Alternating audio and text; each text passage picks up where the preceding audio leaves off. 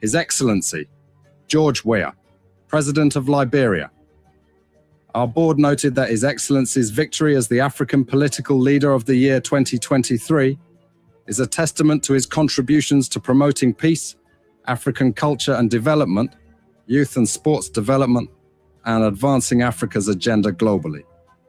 It is also a recognition of his critical role in the infrastructural and socio-economic development of his country as well as his people-friendly policies. He has continued to advocate for peace and free and fair elections in the ECOWAS sub-region, and this was demonstrated by a show of statesmanship and iconic posturing by accepting electoral loss and congratulating the winner. While he arguably had options as a sitting president, he chose the path of honor, peace, and the defense of democracy. His emergence reaffirms our position that he has remained one of the continent's leading light, as he had continued to demonstrate great faith in the African project, promoting African dignity and helping to change the negative narratives about the continent.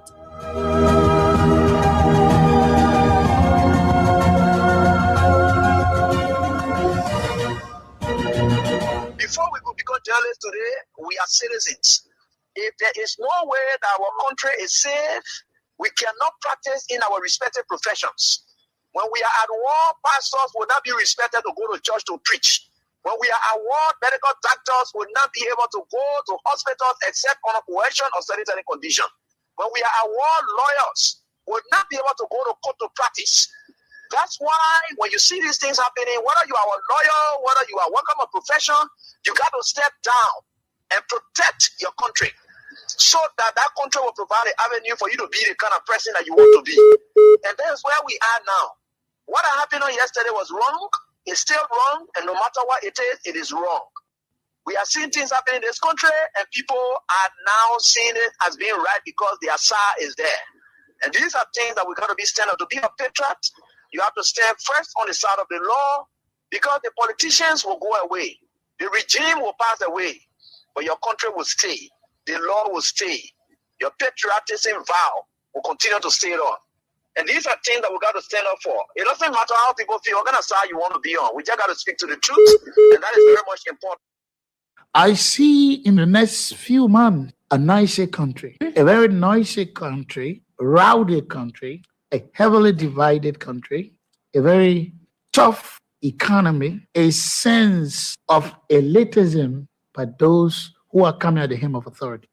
The coming in of the Unity Party is going to multiply the economic woes, the economic conundrum, the economic quagmire, the suffering of the Liberian people. I see in the next few months a nicer country, a very noisy country, rowdy country, a heavily divided country, a very tough economy, a sense of elitism by those who are coming at the hem of authority. The coming in of the Unity Party is going to multiply the economic woes, the economic conundrum, the economic quagmire, the suffering of the Liberian people is going to multiply. We are not prophets of doom, but the reality will come. Mr. President, recently we witnessed the demolition of the CDC headquarters in Town, which was carried out through a court order. How does the administration ensure that such enforcement action are done fairly and without political interference? The law is the law. It's not the government. It's the government implementation of the law. The police were ordered to do it, and they did it. Is that demolition is removal of the people from premises that don't belong to them according to the law. Why will George Weah, who is tempted by Joseph Boakai, who was drowning in his Egypt land, who was dead, very red up, dirty, stink, you could find him passing around, practically dead and useless. Why will such a man conduct make you wear vex that you will struck the work and then lose God's own mission to take you to the promised land? That was the test of time today for George Weah. If George Weah had reacted, he would have fallen in the place of Moses. The Liberian National Police commends the Congress for Democratic Change for the discipline, calm, and statesmanship demonstrated during the recent eviction process. Your respect for the rule of law despite the deep sentimental value and history attached to the property, reflects a maturity that strengthens Liberia's democracy. This movement is not only a testament to CDC's leadership, but also a reminder to all political institutions and citizens that our democracy grows stronger when lawful decisions are honored peacefully. Today, you have a rebel police director who thinks that he has arrived. And the worst thing about all these people, they all benefited from the magnanimity of George Weah. Ranging from people on the bench of the Supreme Court, they got letters from George Weah. If some of them choose to pay him back with evil, it's up to them. The very Gregory Coma today, he worked in the previous administration when Weah came. He also got another letter again. If he chooses to do what he's doing, it's up to him. But one thing I can tell you for sure is this is how we had always been molded. That's how God has already molded Weah and catapult him into success. He will suffer rejection, denigration, humiliation. That has been his life. How can you make somebody who has been down the line their shame? The person has gone through shame. They have gone through disgrace. They have done everything they cared. Whatever people thought and were laughing at them, they surmount everything and catapult themselves into becoming someone who is towering that the whole world can look at today. What more can you do? You think you're bringing that person down? You're just hurting yourself. In fact, what you are doing, you are destroying yourself. You know what it takes for you to proud in yourself of being bad? When people are looking for good image, you are happy in becoming a bad person.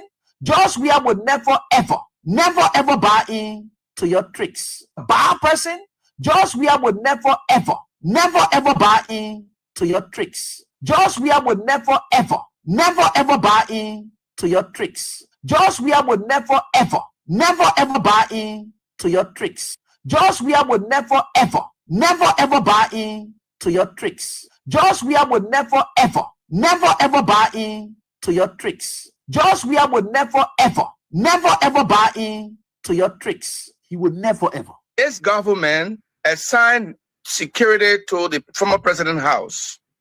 This government is capable of bribing any of its security to plan any evil in the former president's house. This government has done so many things that have questioned the credibility of the president. They have manipulated the law. They have manipulated security. The president has interfered with investigations of other issues that we know of. There's nothing this president cannot do to make sure that George Weah is out of the way so the United Party can continue to maintain the presidency. Know of. There's nothing this president cannot do to make sure that George Weah is out of the way so the United Party can continue to maintain the presidency. Nothing this president cannot do to make sure that George Weah is out of the way so the United Party can continue to maintain the presidency. Nothing this president cannot do to make sure that George Weah is out of the way so the United Party can continue to maintain the presidency. Nothing this president cannot do to make sure that George Weah is out of the way so the United Party can continue to maintain the presidency. Nothing this president cannot do to make sure that George Weah is out of the way so the United Party can continue to maintain the presidency. But I can tell you, this is a bad example. CDC, get ready for George Weah to come back. But for you to be ready, you want George Weah to come back? You want George Weah to come back? Yes! Each and every one of you got to go out in the street and start recruiting. You go in the community where you live and start recruiting. 2029 will be at the polling station. Any attempt to cheat, any attempt to wreck the election, the consequences will be so severe that even those who in power will not be understanding. Any attempt to cheat in 2029, some of our friends who want to cheat in 2029, the consequences will be severe, will not be understanding. This country is of democracy, and the result must be upheld. The person who will win the election will be the person who will take power. Nobody will say you will remain in power. And I believe that the president, who is my uncle, I know he's a genuine man. I know when he lost the election, he will accept the result. Anybody break election will run here. If me will come from the bush, will come from the bush. So anybody got intention of breaking election, you must stop it. We will take it from you by force. You will have no regret to do it. And I got no regret for what I say. Anybody break election, you have the intention to break it, you must stop it. Anybody break election will run here. If me will come from the bush, will come from the bush. So anybody got intention of breaking election, you must stop it. We will take it from you by force. You will have no regret to do it. And I got no regret for what I say. Anybody rig election, you have the intention to rig it, you must stop it. Anybody rig election will run me, if the will come from the bush, will come from the bush. So anybody got intention of breaking election, you must stop it. We will take it from you by force, you will have no regret to do it. And I got no regret for what I say. Anybody rig election, you have the intention to break it, you must stop it. Before we could become journalists today, we are citizens. If there is no way that our country is safe, we cannot practice in our respective professions. When we are at war, pastors will not be respected to go to church to preach. When we are at war, medical doctors will not be able to go to hospitals except on a coercion or sanitary condition. When we are at war, lawyers will not be able to go to court to practice. That's why when you see these things happening, whether you are a lawyer, whether you are working a profession, you got to step down and protect your country so that that country will provide an avenue for you to be the kind of person that you want to be. And that's where we are now. What happened on yesterday was wrong. It's still wrong. And no matter what it is wrong. We are seeing things happening in this country, and people are now seeing it as being right because the Asa is there. And these are things that we got to be stand up. To be a patriot, you have to stand first on the side of the law, because the politicians will go away. The regime will pass away, but your country will stay. The law will stay. Your patriotism vow will continue to stay on. And these are things that we got to stand up for. It doesn't matter how people feel, what kind of side you want to be on. We just got to speak to the truth, and that is very much important.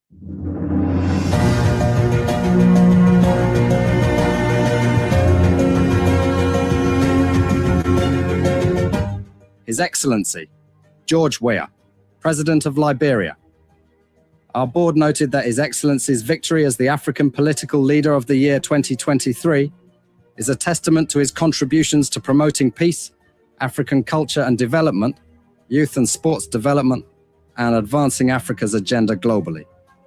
It is also a recognition of his critical role in the infrastructural and socio-economic development of his country, as well as his people-friendly policies. He has continued to advocate for peace and free and fair elections in the ECOWAS sub-region, and this was demonstrated by a show of statesmanship and iconic posturing by accepting electoral loss and congratulating the winner. While he arguably had options as a sitting president, he chose the path of honor, peace, and the defense of democracy.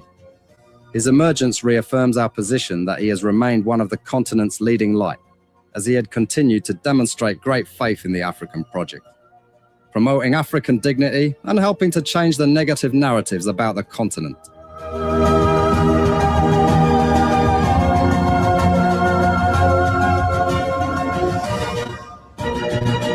No, thank you so very kindly that you join us for the show, Real Talk, Kings 88.5. It's another day. Great day it is. Good day. But on the other hand of life, isn't a good day, but it is a good broadcast day. But ultimately, generally, it's a good day because of what is unfolding. However, humanity ought to address it. Good afternoon. Thank you that you joined us again. It's another day. The 15th day of December 2025, the reign of Judah Christopher. I'm Sam Andrews, as always. Sam, the creator and sustainer of the universe, great God, good God, faithful God, reliable God, the God who sees, who knows, and who decides before we can even. The God who sees the bad rulers as well as the good leaders, the God who sees the suffering of the people who have been subjected, dehumanized, degraded, forced to be exalted by the good God is watching. So it's another day again. We are grateful to him for keeping watch over us. We've got a couple of issues and then we are out. Yes, couple of issues. Then that we'll be doing it for today, the 15th day of December, 15 days to go. The 50th, we can get started without thanking the God who holds tomorrow, the God who holds yesterday, the God who holds today, the God who holds the future. Yet we are grateful that He has given us another week, a week that He is with us. God doesn't give and leaves. When He gives, He stays to sustain. That is why He requires in Psalm 140, verse 150, verse 6, let every human being, let everything that has breath acknowledge, praise, exalt His holy name, because He is the God who holds tomorrow and today and every other day. The God who keeps watch over Kings 88.5 as an institution, and the God who keeps watch over individual member of Kings 88.5. I know who holds tomorrow.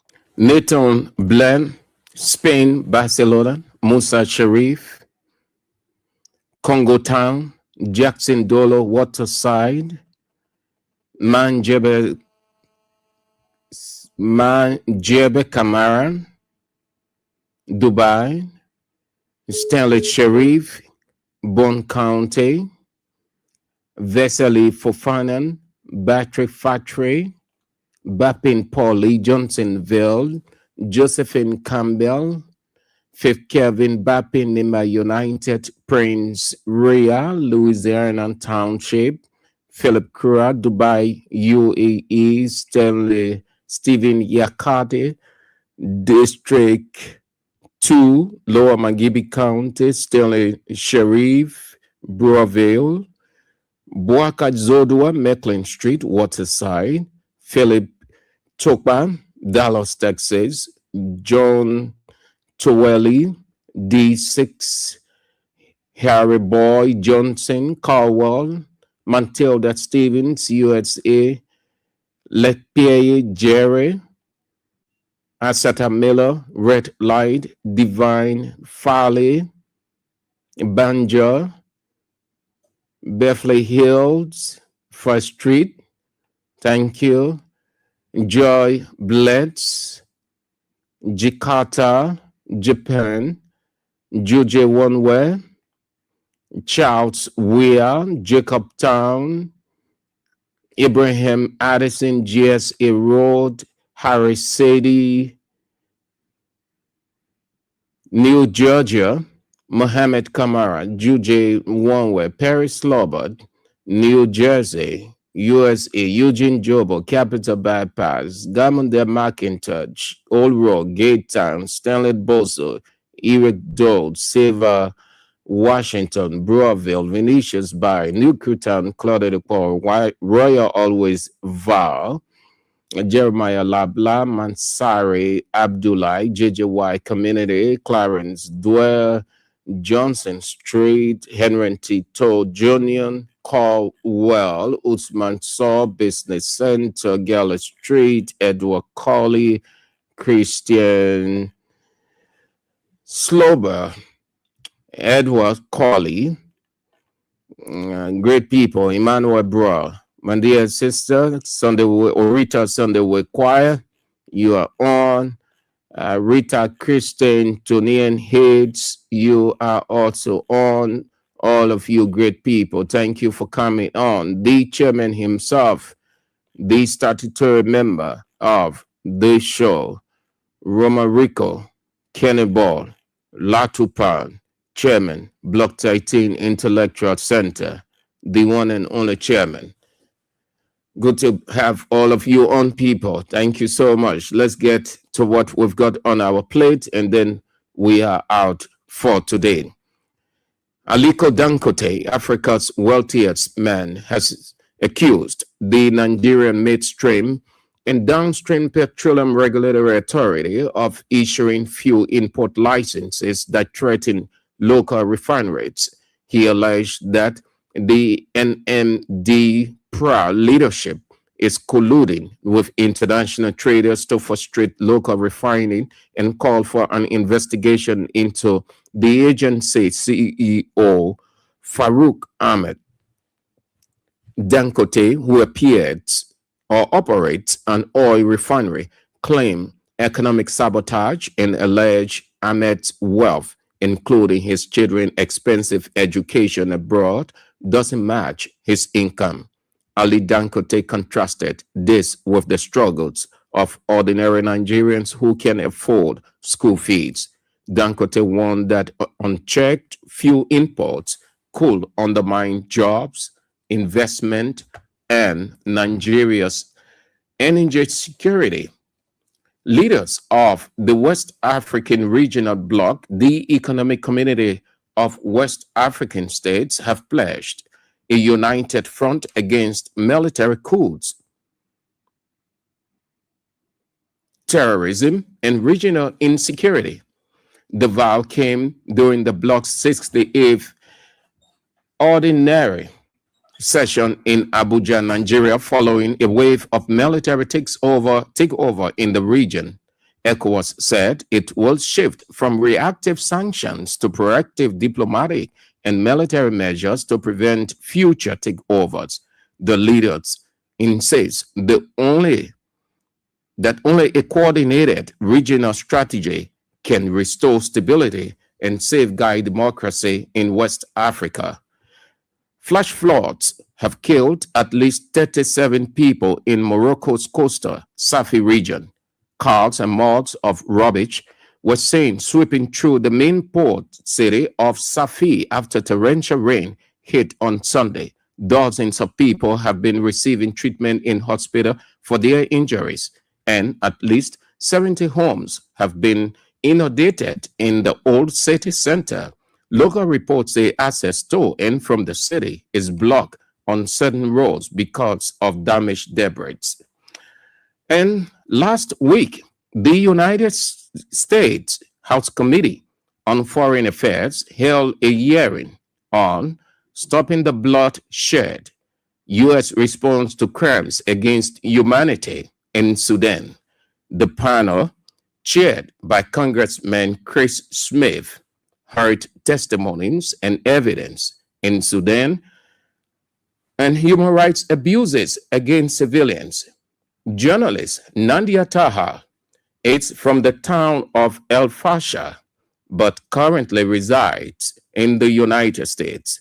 She shared her testimony with the panel. I talk about the situation in Al Fashir and what happened exactly in Al Fashir because I lost family members, I lost friends, I lost classmates.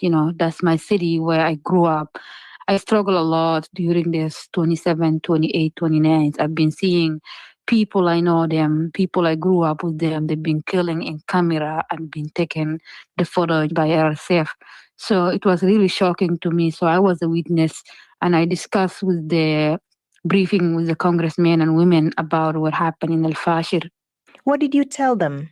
Our city, that's the only city we don't have keys. Our doors are always open for our friends and family. And also one of the well-known city for his hospitality because we don't have hotels. Always we welcome strangers as a family in our houses. But that city now is empty. There's no one in the city of Al Fashir. That's why I was witness.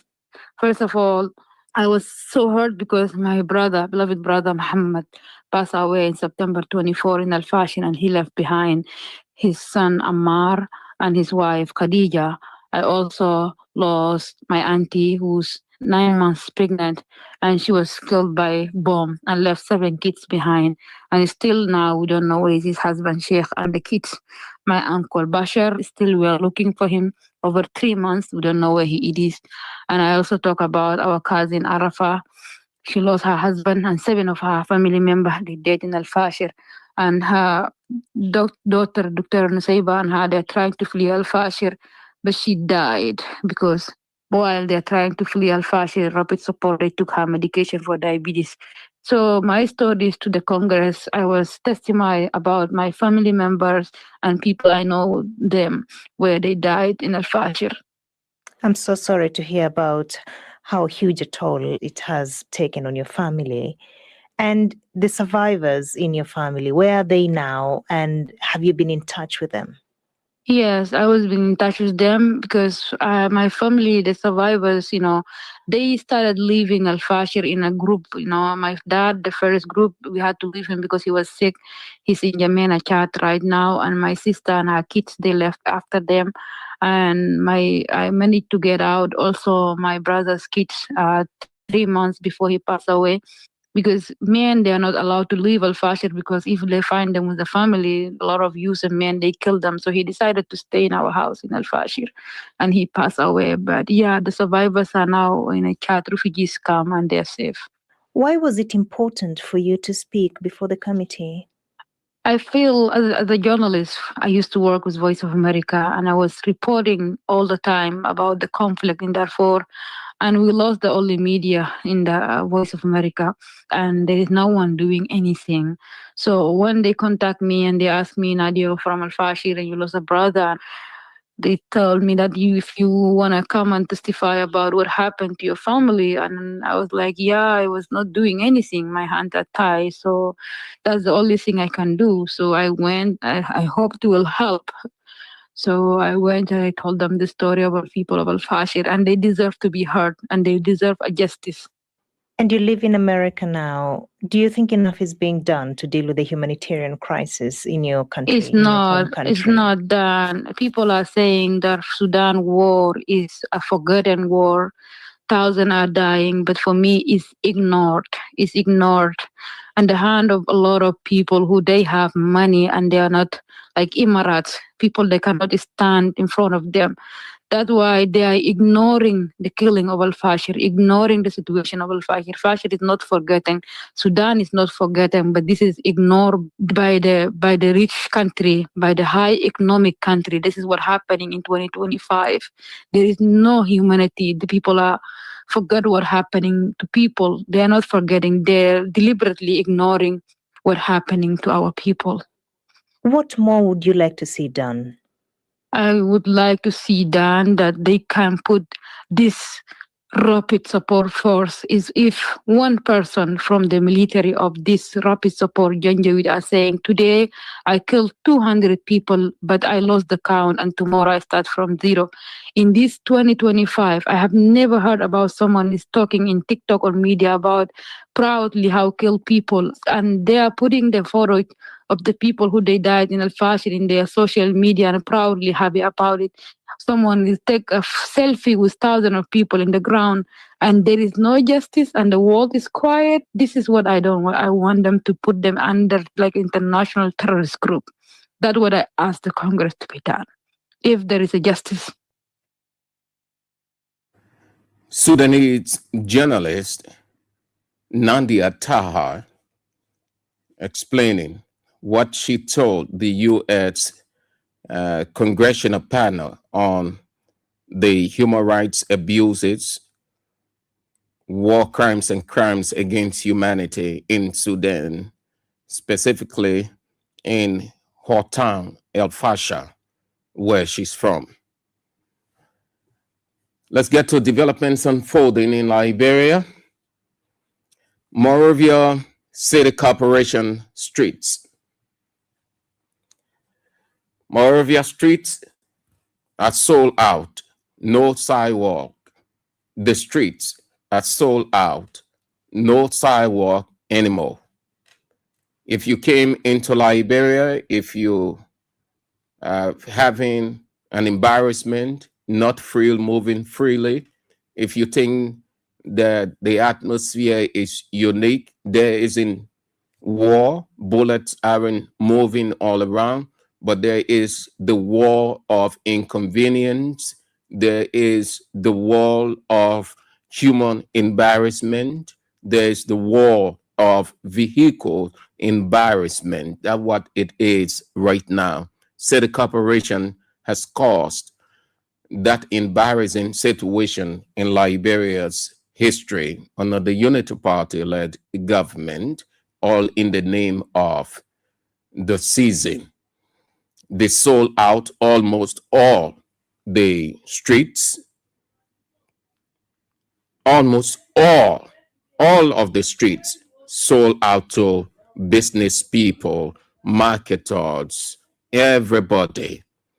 Cars can hardly move unhindered. Tense traffic jam with swelling population. City corporation not taking into consideration, absolutely not, the security and safety of the people. So it is presently all around. If you came to Liberia your first time, and if you are a lady, you can hold tight your bag and you think it is because you don't experience it in your country, so it's in Liberia. Well, you will end up rolling on the ground with cry because somebody might jam you and then something happens. Everywhere is terrible, it's tense, it's embarrassing, it's uncomfortable. The security people themselves are fending for their family, so not much attention is being placed on security. But on the other side of the current, they are comfortable to harass, intimidate, embarrass business people and others so that they get something at the close of the day. That's what the situation is in Liberia right now. No sidewalk any longer in this country. Every sidewalk is sold out. The people are encroaching. They are encroaching on the streets. They are encroaching on the streets. They are narrowing the road itself. So drivers are careful how they move from one end to another because the people are gradually closing the road. In a couple of days, I doubt we will have cars moving. The human beings will have taken over. And one of the reasons the population is swelling by the day. It's swelling. It's a serious situation. That's it. That's the second pointer apart with the foreign news. The first. Let's move to what unfolded today. Let's move to what unfolded. This is our second local pointer.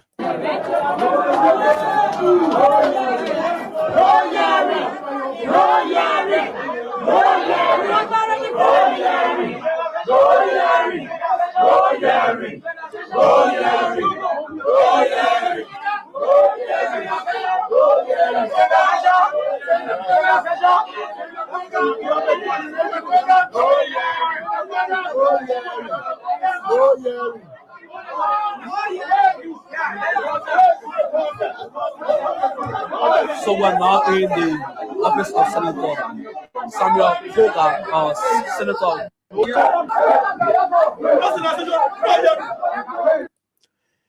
The clerical staff are often referred to as Senate staffers, vented out their anger, frustration, hurt, pain at their bosses, the senators, today when they came out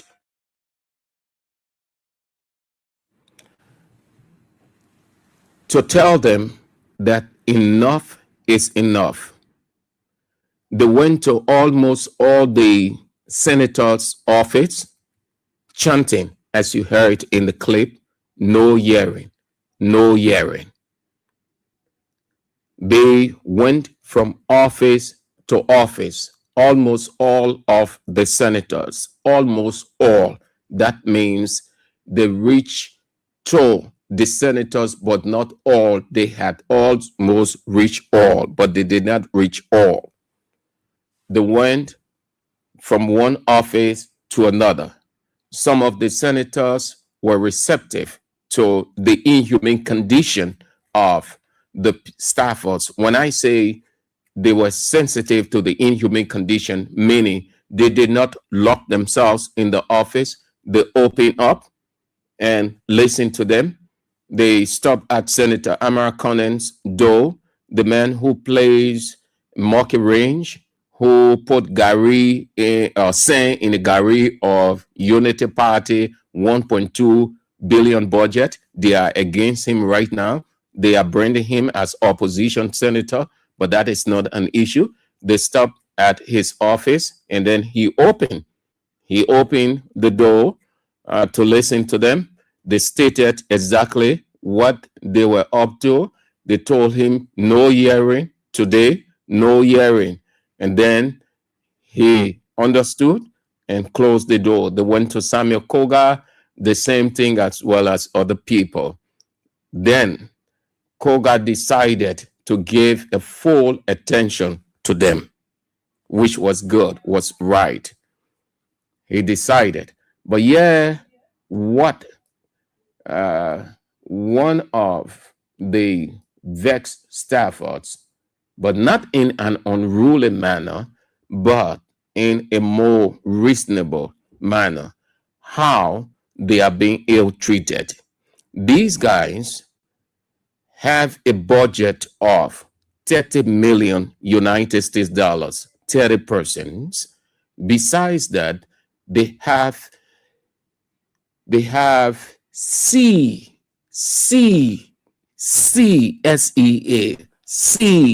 of benefits. These guys only hear the word suffering. They only read the word suffering, but they don't know what it is. They are not tasting suffering. So, sorry to say, please accept it, but this is the description that best suit these guys. They are heartless. It is because these guys are heartless that their own people, clerical staff, saw it and decided to go on the rampage today. We need a fix. We should not live from here with speculation. The only thing that will give us the correct word to sit out there, we will listen attentively. So, Senator Koga, good morning. This is the Liberian Senate staffers. We have among us our president, who will talk on behalf of the staffers. So, Mr. President, welcome. Okay, thank you. Again,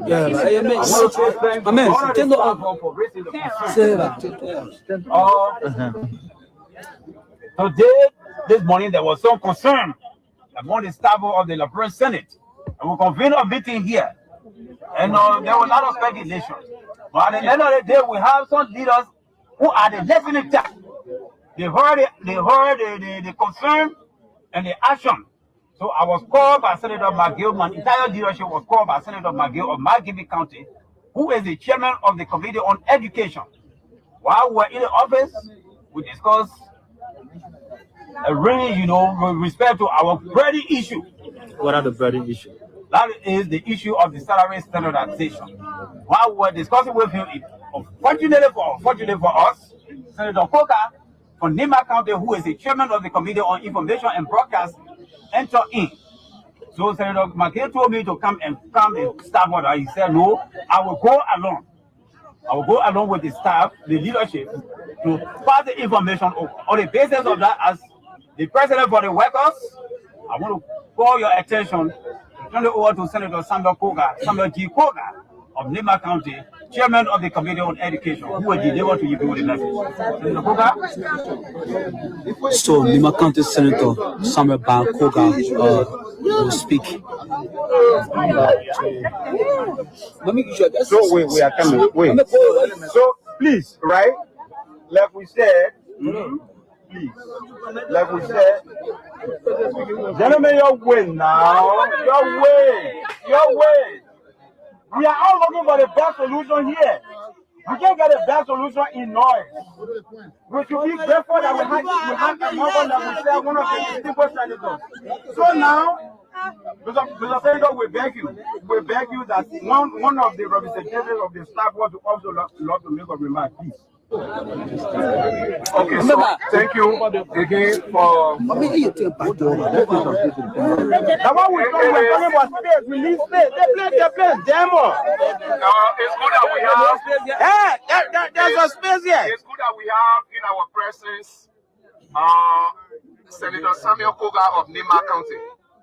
Senator Koga, thank you for coming to listen to the plight of the staffers of the Liberian Senate. Like our president rightly put it. We are disenchanted. We are disappointed and we are disillusioned. The staffers of the Liberian Senate over the years before you became a member of the Senate have been marginalized by our bosses.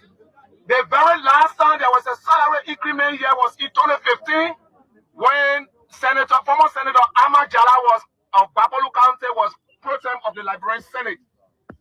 Since then, there has been no increment, not even a dime.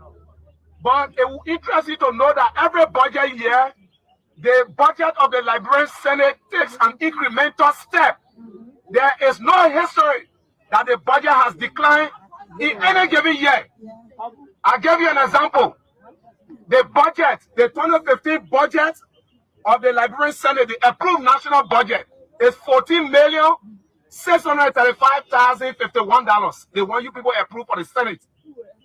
$14,635,051. Of this money, if you look at the proposed budget 2026, it's $16,440,876. There's a variance or an incremental difference of $1,805,825. If you look at this budget for 2025, the basic salary for the central administration staffers account for $2,707,178 for the central administration. If you look at our colleagues who are in your respective offices, called the support staff or the personal staffers, their salary account for $1,550,000. If you look at the 30 of you, your budget is in $3 million. That means the budget you make in 30 of you surpasses the budget of your staff in the both categories. While it is true you are our bosses, we have come not to request, but to respectfully demand an increment in our budget. The 2019 Remuneration and Standardization Act requires the legislature. That law will pass right here. We have gotten to the point where we are running out of patience, and you will see us taking the Liberian Senate to the court. Let the court be able to determine that the Senate is not supposed to abide by the law that she passed. This is getting... Just to conclude, Senator, the Senate, the Honorable Liberian Senate, hired the services of 2 professional consultants this year. 2 months ago, an HR consultant and a financial consultant, there was a work done about staff increment, and a comprehensive report was presented to the Senate. Up to now, the Senate is yet to officially acknowledge receipt of that report. The staff technical working group also was mandated by the Senate through the rules and order, constituted a committee. A report was done after 6 weeks of working tirelessly. Staffers of the Liberian Senate or at the Liberian Senate went on the rampage, as you heard them, that the patience had run out and it hasn't cooled down. It is boiling by the minute, the hours that pass by. If their budget or their salary cannot be increased, these guys are wicked to the core. They are Satan incarnate.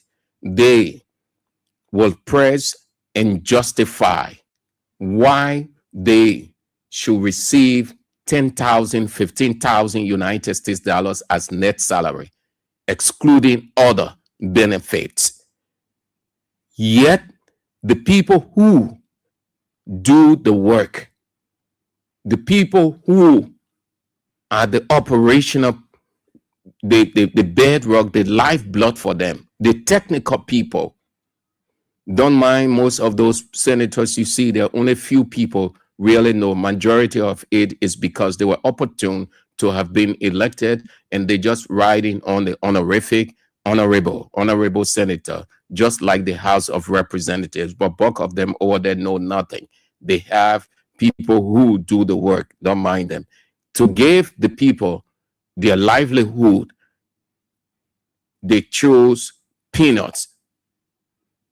Most of the staffers are making small money. Some of them $75, some of them $100. But they will turn to media institutions and say, journalists are underpaid in Liberia. Media owners can't even pay their own people. The people who receiving, one senator is receiving 15,000 United States dollars as his net salary. That is why they justify why the money should always go up. It should not be cut because people beg them. They say people beg them. They pay the fees for a woman who went to give birth successfully. They have to pay the bills. They're responsible for people's school fees. They're responsible for feeding people on a daily basis. They are paying scholarship fees everywhere at all universities. They say they are just responsible for all the people suffering in Liberia. Therefore, their pay, their salary should not be cut. It will go up. Those guys, they even want to take 50,000 every month as their salary. Don't see those people over there as human beings. Those are heartless. Those are creatures. Those are Satan incarnates. They are deadly. They are wicked to the core. That's why their own people, I'm only describing based on what the people said. They went into action. If they were not treating those people, if they were not subjecting them to slavery, they would not have mustered the courage to look in their faces and say, you people have dehumanized us for a very long time. Hence, we are tired. Now, let all those clerical staff leave that place and see what will happen. If I were those people, or if I were in the shoe, or if they had consulted me from the onset, my advice, I would have told them, no, don't mesmerize, because what they did today was mesmerizing. It gives the senators just, okay, we'll call those people, we'll talk to them, they're our people. That is not an action over there. It meant nothing to those senators. So if they had consulted me, this is what I would have told them. All of you people, just take them by surprise. Nobody go to work. Just stay. Everybody stay. They can dismiss y'all. Everybody. And see whether they will function. And no other day you people should do it. Tuesday, Thursday at the meet. And see whether they will function. You will see the emptiness. You will see the practical limitation of most of those senators. Don't see them when some of them say that play, they be yelling. They're friendly idea. Oh, Senator, yeah, he say, oh, put the talking points together. Let me go. Then you see that, Madam Presiding, I think we need to do that, just like my colleague said. Most of them, just as it is rampant in the House of Representatives, most of those people making up the 30 senators, they empty. Don't see them like that. There are senators over there that are very sound, highly educated, like Amara Kone, Nathaniel Faloma Gale, Francis Odopo, all those guys, the Emmanuel Nokwe, all of those, they highly educated. But the other ones there, oh, forget it, they're just there. Highly educated, like Jonathan Bocha Sogbe, highly educated. They know exactly, they know the in total of that place. But the rest, they're just there. They are excited, they are senator. Say, oh, thank God the people elected me in 9 years. You can't treat people like that, especially in a rescue government, a 1.2 billion budget. The people right to protest. The right to protest. I think they needed to have done more than that. You got 1.2 billion budget, then staff force, are underpaid. There isn't no standardization of salary, yet there is incrementally increment of the senators themselves, the representatives. Your bossman said there'll be no business as usual because Bwakari is the head of that place, that Senate and the House of Representatives. There isn't legislature we have an annex. That place is an annex of the executive. All right, that will be doing it for that. Yes, then we go home. If you are a musician in Liberia, if you are a musician in Liberia, and if you are identifying with George Weah or an opposition political party or any opposition person, I advise that you leave Liberia. If your career should grow, if you should sustain your legacy, if you are a Liberian musician, a Liberian movie star, whatever the celebrity you are, if you are identifying with a political party in the opposition, you are identifying with an opposition person, you have to save your career. And this is what I can advise.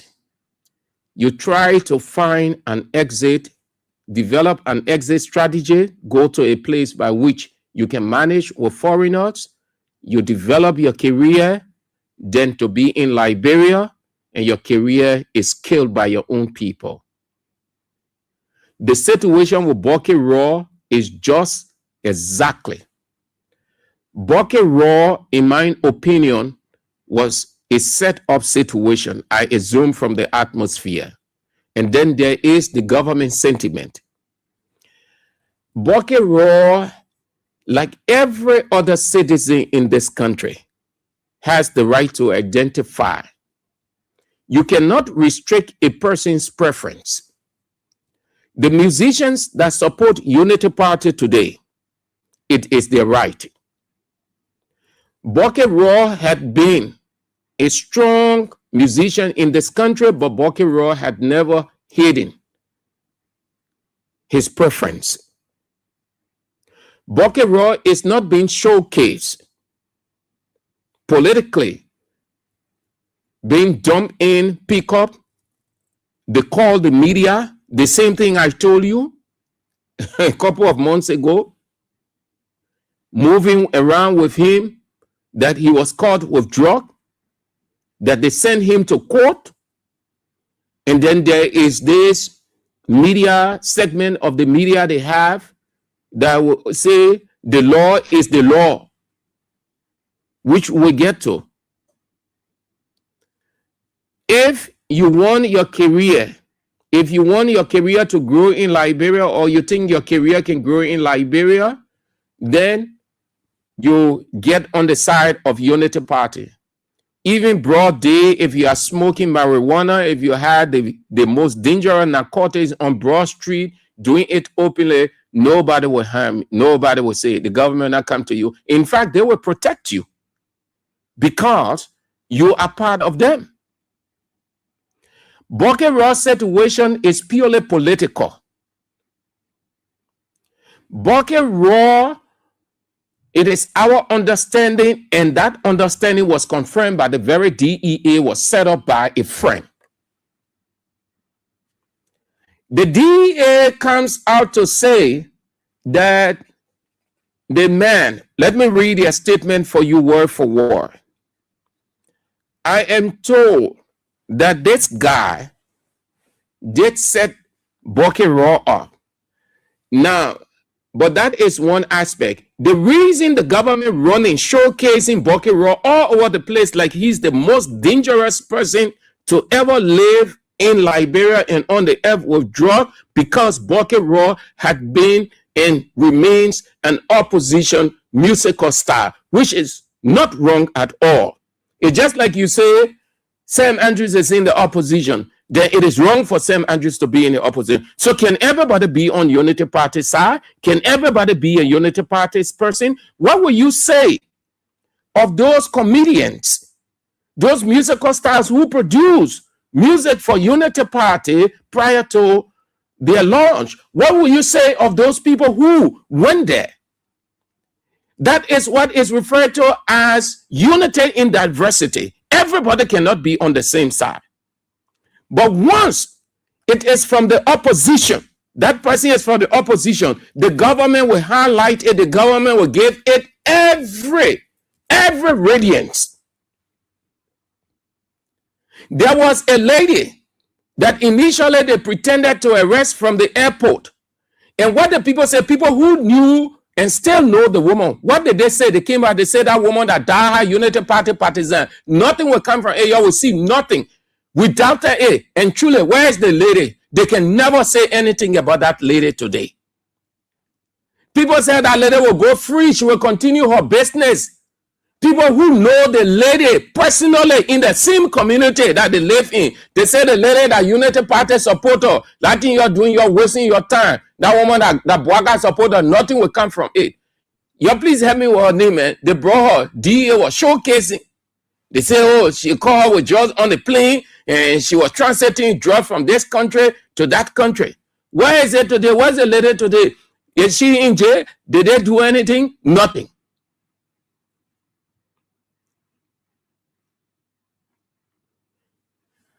DEA, you had a statement they released. They say, let me read a statement for you word for word. Hear what they said. The Liberia Drug Enforcement Agency has taken administrative action against Agent Ayuba Kroman with immediate effect due to his Facebook post linked to suspect Kawodu Cole, popularly known as Rocky Ball or Bucky Raw. Such conduct constitutes a serious breach of professional ethics and is unacceptable. The general public is hereby cautioned that Agent Ayuba Kroman is not authorized to conduct any business or represent the LDEA in any capacity until further notice. The authority of the LDEA meanwhile asks all officers of the agency to refrain from all acts that will undermine the fight against drugs. They should serve with professionalism, integrity, and accountability at all times. This should be a warning to all other officers. The Liberia Drug Enforcement Agency urges the public to continue assisting in the fight against drug trafficking by reporting any suspicious activities through its hotline. This is the statement the Liberia Drug Enforcement Agency released. Why were they constrained to use it? Thank you. Thank you. Thank you, Tomanti. Thank you so much. Quita. Where is Quita today? Where's Quita? So this is DSN. What they simply say, this man here, that it may made us to know, or he reported that Bucky Raw was dealing with drugs.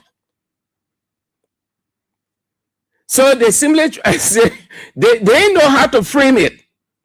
They say, oh, he was not an assigned person. He wasn't given the instruction. So he was not on an assigned duty. But they're acknowledging in this statement that he notified. It was the same guy. I am told that when Bucky Raw was picked up, he was around and Bucky Raw kept on pointing to him and saying, you did this to me. You did it. So because his conscience was not clear, he came on his Facebook to issue a statement saying, it is not because we are friends, but the law is there. You go on his page. Now, why did he say that? Because his conscience wasn't clear. He knew that he did it. And he did it for a cause. He knew exactly. What I was also told that he said He kept on telling Boggy Raw to stop the drug business, to start the drug, as if Boggy Raw was a drug dealer, that he had been in the business for a long time. Who has known Boggy Raw as drug dealer? In fact, people take drug around here. They have different kinds of substances. This is where we have to be very careful. Otherwise, then that this whole drug fight going to be a farce, a failure, because we have to know there are what our law said. Our law is specific on the desirable and undesirable. It is not everything that is considered illegal. It is not everything that constitutes drug and is against the law. You go straight to jail or you go to court, then the court in no time sent you. We have to be careful. This is where now the people who are in those respective fields will have to come and educate our people. Because people now will take, somebody goes in a drugstore, maybe if you're sick and the doctor check you and say you need to get this drug, you need to get that drug, you go in your house, you're taking it, somebody will call DA and say they may get drug. DA too will try not to be scientific. The next thing, they call the police and say they may get drug. And you will not see them exhibiting. You will not see them exhibiting by anything scientifically convincing that that was a dangerous substance. But you will just hear the publicity. Then they have their journalists who will just be running. The man was caught with drugs. The man was caught. Journalists are people who don't take things from a surface. If you say the man is caught with drugs, the journalist is asking several questions. The journalist is not being rhetorical, but rather investigatively going into the in total. Will not just be reporting that the law is the law. The man was caught with drugs. How can a journalist be on the scene and say, oh, the law is the law? The Liberian government caught Boggy Raw with drug. You have concluded before you can even investigate. But that is the government's journalist. What kind? You have to tell the public what kind of drug did you see with this man. You got to tell us what kind, because they have I think schedule 1, schedule 2. They have something like that. Let me see my gallery. You have to be very careful.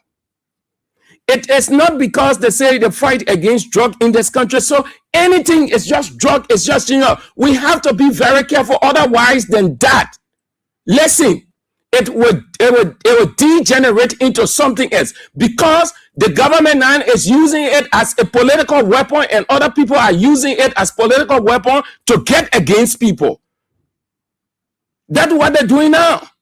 You have to be very careful. And other people are sitting down here and they think nothing wrong with it because it hasn't reached their doorstep. As they try setting up people will set up them too. That's how it looks. No one has monopoly over setting people up. No one has monopoly over doing things to people and go with impunity. Just as you think you know it, other people know it more than you. We have to be very careful. This whole thing, drug, every little thing. They caught a man with drug. They caught a man with drug. And the drug law said this. The drug law said, what happened with Quita? What happened?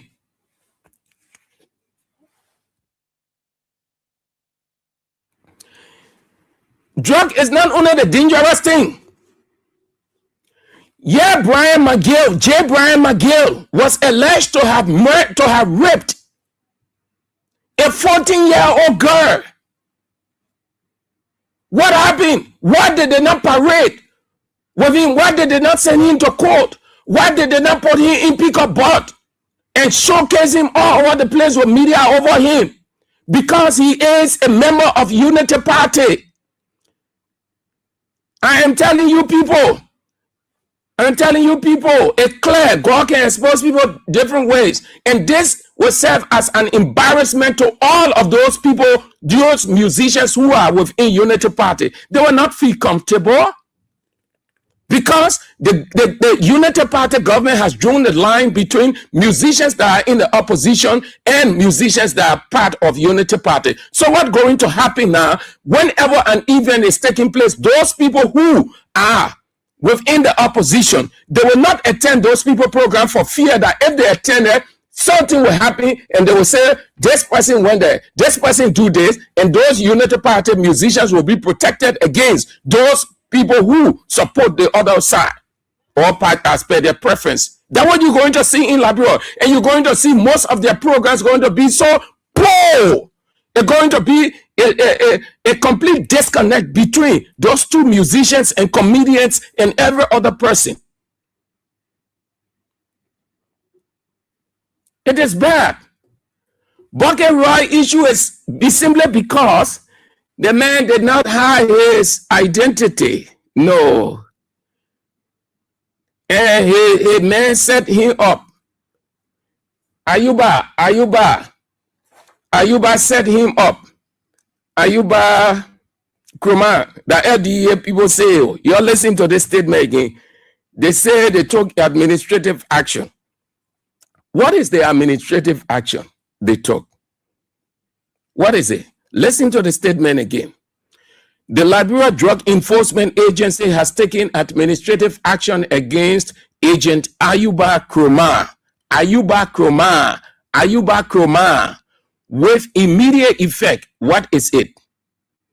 Due to his Facebook post link to suspect Kawardo Cole, popularly known as Bucky Raw. Such conduct constitutes a serious breach of professional ethics and unacceptable, and followed by the rest. So they have not said, this man, we call the man with drugs. This is the kind of drug. And under the law, this drug is XYZ. Because you want to be convincing. You want to convince your hearers, your audience, the public. What Bucket Raw stuff? Where Bucket Raw? Let me see something. Let me show you something. Let me get a break. Let's have this break. Let me show you something. We need affection. We should not live from here with speculation. The only thing that will give us the correct word to sit out there, we will listen attentively. So, Senator Koga, good morning. This is the Liberian Senate staffers. We have among us our president, who will talk on behalf of the staffers. So, Mr. President, welcome. Okay, thank you. Today,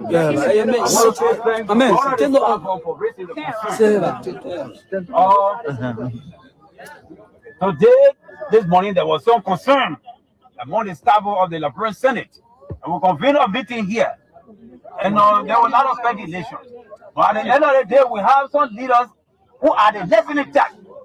They heard the concern and the action. So I was called by Senator McGill. My entire leadership was called by Senator McGill of Margibi County, who is the chairman of the Committee on Education. While we were in the office, we discussed a range, with respect to our burning issue. What are the burning issues? That is the issue of the salary standardization. While we were discussing with him, unfortunately for us, Senator Koka from Nima County, who is the chairman of the Committee on Information and Broadcasting, entered in. So Senator McKay told me to come and calm the staff order. He said, no, I will go along.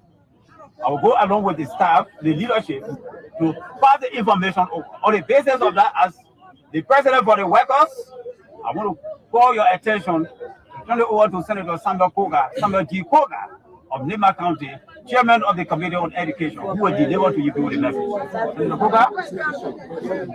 So, Nima County Senator Samuel Ban Koga will speak. So, we are coming. Wait. So, please, right? Like we said, please, like we said, gentlemen, your way now. Your way. We are all looking for the best solution here. We can't get the best solution in noise. We should be grateful that we have a member that we say one of the distinguished senators. So now, Mr. Senator, we beg you that one of the representatives of the staff was also love to make a remark, please. Okay, so thank you again for. The one we talking about space, release space. They play demo. It's good that we have. There's a space here. It's good that we have in our presence Senator Samuel Koga of Nima County. Senator Koga, thank you for coming to listen to the plight of the staffers of the Liberian Senate, like our president rightly put it. We are disenchanted, we are disappointed, and we are disillusioned. Thank you very much. So the man is part of, the man is in the opposition community. It is not wrong to be expressive of who you are. It is a proud thing to do. It is not wrong. There is nothing called neutrality on earth. God, who is the creator and the sustainer of every being on earth, takes side. God is never, ever neutral.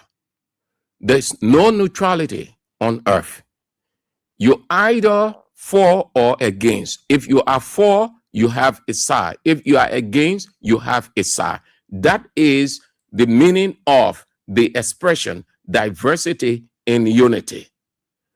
One goal, but different sides.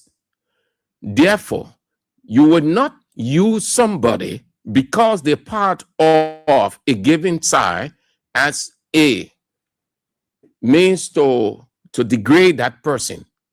The goal is to frustrate Bucky Raw, to kill his career, his musical career, that everything he has done should go down the drain, that it will give advantage to Unity Party musicians to come up, to gain fame. So if they release Bucky Raw, there will be, oh, that man a drug mill. That man a drug mill. Oh, the man. Bucky Raw is not wrong for showcasing who he is. Bucky Raw is a member of the opposition community. And we call upon all of you people within the opposition community to rally around Bucky Raw. Give him your needed support. Give him your needed support. He is not a politician, but he's part of a family. That family is called the opposition. What it also means, it is the resolve of Unity Party government that anything about just anybody from the opposition, they will magnify it, they will take it to another level, they will make sure that person is dehumanized. We told you people going into 2026, Unity Party have resolved to do a number of things. You're going to see a number of nasty things unfolding in this country going into 2029. It's just the beginning, but you saw a couple of them when we started to talk. These guys will do anything they can do to bring people down. You hear them, don't be surprised when you hear they say, oh, we find drug with this journalist. Oh, we find gun in this radio station. You don't be surprised when you hear those things. These guys will do anything. Once you are in the opposition, you are associated with CMC, Musa Ability Party. You are associated with MPC, Simeon Freeman Party. You are associated with CDC. Once you're in the opposition community, whoever you are, those guys will do everything. Unity Party will do everything to bring you down. When I tell you that these Unity Party people, they are Satan incarnate, you don't believe it. They are wicked to the core. They didn't stand on say everything that they were doing. Those years that we are reigning as president, they didn't stand on say it was the making of Unity Party. They designed it and they made sure that they help Unity Party to execute it. The people in power now, and you see it, and they were only fighting for the power, the authority, and they have it now, and you see what is happening. Bucket Raw is a member of the opposition. Bucket Raw has never hidden his identity. Bucket Raw issue is purely political. Not necessarily that he had been a drug trader. It was a setup by his own friend. His own friend set him up. And because they realized that he is an opposition person, they said, good. Good. Now, a Bucket Raw was a Unity Party person. If he was a UPIS, if he had made a song for Unity Party December 6th fundraiser, you think we're going to come here and be talking this thing about Bucket Raw and drug? No, we wouldn't. You look at Quita's situation. They protected Quita. J. Brian McGill, they protected him. Other people that are associated with Unity Party, they protected them. Why the police director can't stay? He's still looking for prima facie evidence about Brian McGill. He's still looking. The first police director in history. But yesterday, they were running all around this place with rip. The police director in their time say they're still looking for evidence against Brian McGill. Why? Because Brian McGill is a supporter of Unity Party. Quita, supporter of Unity Party. Bucket Raw, who has a side too, what happened? They say, okay, you musicians, you're sit there, and thanks to those few musicians that went out protesting in support of Bucket Raw, thanks to you people, that's what solidarity is. Stand together, stand with your colleagues in crisis. It is not only when things are okay. We urge everyone to stand with Bucket Raw. Release statement on it. Get on your Facebook. Release as many. Just put there where I stand with Bucket Raw. Just say what you can in support. That is what is called moral support. It strengthens the atmosphere and it strengthens the person. And thank God, look at Bucket Raw's position. You don't see him afraid. You don't see Bucket Raw trying to hide his face like other people. You can tell that his conscience is clear. He opened up. He's looking straight. He's not hiding anything. He's not hiding his face. He's not protecting anything of his self. Nothing. When you see it like that, it tells you that the person's conscience is clear. He's not worrying. He's not troubled. He's not guilty. This whole thing about drug that. You can't see anything. You try the drugs still coming into the country. How can you be fighting drug? You say you're fighting drug, but then the drug is multiplying because the suppliers, they can never ever get to the suppliers. They know exactly the various links, but they can't go there. You ever heard that they arrested? Look at the people they claiming to arrest from drug. Those petty people there, small people there. That the people, then you say you're fighting drug, that sound thing there, that serious thing. Look at the people you're holding. Those are the people who bringing drugs into the country. You're seeing it, you know how the drugs are being smuggled into the country. But you're there put here on those people. You're there announce them. It is a defeat for you, the drug enforcement people, the drug enforcement or the police. Or everybody is a defeat. You ain't making no progress. You know why I say it? Look at it. You know how people, you can say, yeah, the country making progress when you can know. You look at the magnitude, the kind of people. But you come into small people there. People who, they ain't even... You guys say the Labrador Joint Enforcement Agency arrested the Labrador Joint Enforcement Agency arrested Bucket Raw. Labrador Joint Enforcement Agency arrested this man for drug. Look at the kind of people you claim to be arresting for drug. Look at the kind of people. Real drug thing. You can just go and arrest in a twinkling of an eye. You say you arrest the person. then you can make determination of what kind of drug it is. You just say drug. Then everybody agree to, because your made people, you created the mind game about this whole thing of drug. So everybody just have this concept that everything that drug. So when you say they arrested the person, you're just, yeah, they drug killing and watching there. They drug in it, it's serious. They drug killing and watching there. And if I gotta do something about it, and they judge there. You have to ask yourself, but what kind of drug it is now? So everything now, because they say drug.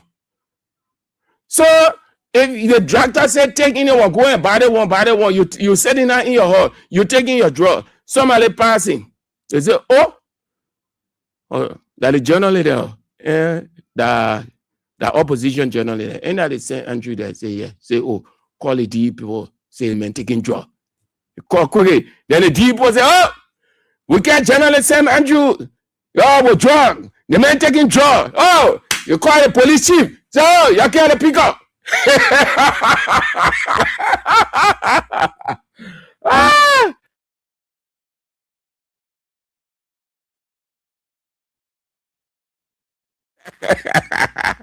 Oh, yeah, the hard about doing it. So you be careful. I'm telling you, you be careful. You be careful. We who sit behind the microphone on the radio day and night talking in this community called the opposition, we are very careful because we know their trap. We are very, very careful with ourselves. Unity Party government in goal is to disgrace everybody. The people main target is George Weah, just as Satan.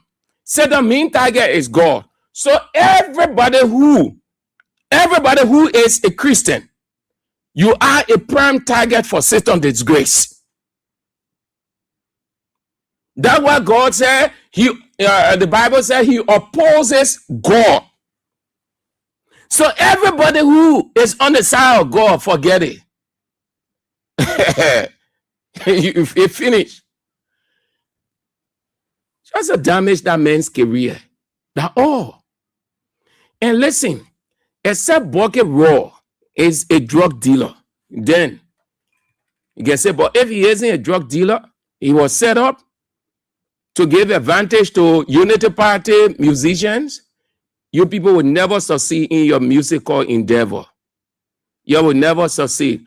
We try bringing it on the screen, but the internet is so terrible. So I beg you, let's use the phone. Let's use this way. Yeah? This is Bucket Raw. You see Bucket Raw in his beret, in his CDC beret, alongside Wanto A Wanto. That's Bucket Raw, the one with the beret on. And you see in his militant, he said, that's Bucket Raw there. What he has on his CDC beret, meaning I'm a member of the Congress for Democratic Change. That man, you see in his CDC beret. Now, is it wrong? This is one of the reasons they are parading with him all over the place. Everywhere they will call, they have certain media institutions. I've told you, y'all watch it. When something is against Unity Party, you will not see them. All of them will go quiet. They will go in coma. All their materials, everything will have vanished. But let it be about a person from in the opposition. They will come outside in their multitude. The law is the law. And this person did this. And this person, they will run with it. This is Bucket Raw in his CDC beret. It's militant. Is it? So it's not bad thing. Yeah. Let the people, how they call them, say they're comedians. I know them because I highly watch LRB comedians and all the other thing. And no. But the one that I know this, yes. And say in Jamaica then, and the ones then that went to Unity Party, that they're rare. We respect them for that. And so respect other people. Don't put other people's career in harm's way or you damage the man. It's wrong. And just the time they did it, I think Bucket Raw was about to perform, eh? So what happened with that concert? Just damaged the man's career. But God can sleep. God has a way of pushing it back to the evildoers. I see y'all on that. I see y'all. So, in the next few minutes, I beg y'all, give me some time. Today is the 15th of December. 15 days to go to the close of the month. It is the birthday of our director of news, Shemo Dia. So we say, bless God Almighty that he allowed him to see his birthday. And as it is often said in the local language, say happy birthday to the news director of Kings 88.5. The man enjoying himself. All the small thing and the man receive. The man, you're getting fat. Birthday Guya. Yeah, but on a birthday can't cook. All the late thing and the man receive. The man enjoy you. That don't enjoy yourself at your day. Then yes, the 21st, the 21st is the birthday of the doctor himself, the media czar, the teacher of the land, the only teacher of the land, Anthony Atlaw, A.B. Weir. Birthday is the 21st. All right. So that area, I already tell you know what's up. A.B. birthday, y'all got to put a gift. Y'all got to get gift. But that gift there, it going straight in the basket. So you got to be sending special gift in a basket. Yeah. You got all of your one say AB give. That one, the truth. But we're telling you, you're more direct in a when the one that will go to him, no problem. The one that will come through the station, you're sending straight in a King Support basket. Yeah. All right. We're talking about that one when we're getting closer. But please, day 15 is today, and then tomorrow the 16th, and then Wednesday the 17th, June 17th protest. Yesterday, it was the normal for Unity Party. They were in opposition. They defied. They said the Constitution provides for that. They started protesting in George Weah first year, George Weah second year, George Weah third year. The only time Unity Party stopped protesting against the Weah government when COVID-19 set in. That was the only time because people were dying all over the place. They didn't want to die too. So they stopped. When COVID-19 faded, left Liberia, Unity Party resumed protesting again. I am saying this to tell you that you have to come out. Yesterday, Unity Party, it was citizen protest. It was citizen protest. It was political party protest. It was everything protest. When the government tried advising expressly, they would say, no, it is the right, it is the Constitution. The Weah government was this, the Weah government that, and so they were not listening. They were going out because the Constitution protected them. Hence, that same Constitution protects you. Come out on Wednesday, day after tomorrow. It's dry season. It's not rain season again. Just as you turn out in rain season, July 17, in numbers, in multitude, the same, and even more than that, multitude in dry season on December 17. Please, in the next few minutes, I want you to listen to how they terrorized Weah atmosphere. They did everything they could. At the close of the day, God made Stanton to confess that it was planned by Unity Party. They had meeting on it, that they would put everything against George Weah, And everything that they were doing, they had the approval of members within the international community. Not everybody, but they had certain people within the international community supporting them. Please, let's have a listen to some of the protests, justifying their protests. Muhammad Ali, popularly known as Mo Ali, he is in the Liberian capital of Monrovia and now joins us via Skype. Mo Ali, good evening. Hold on, my dear. Let's start from this. Once again, a very warm welcome to the program. This is the morning call. I am Nyasha K. Mutizwa. Now, we kick off the show in Liberia. In office for just 2 years, Liberians are growing increasingly impatient. Did you hear her? In office for just 2 years. Then they bring in on the man who was the spokesperson for all Unity Party protests. At least the one that are opposition protests, the citizens protest, December 17th. Once again, a very warm welcome to the program. This is the morning call. I am Nyasha K. Mutizwa.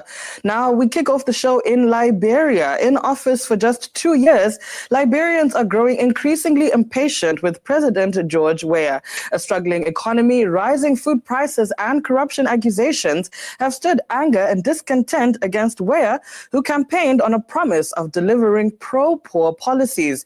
There have been several protests against Weah's rule, and another major demonstration is planned for later today. The United Nations and ECOWAS have urged the opposition to call off this rally route.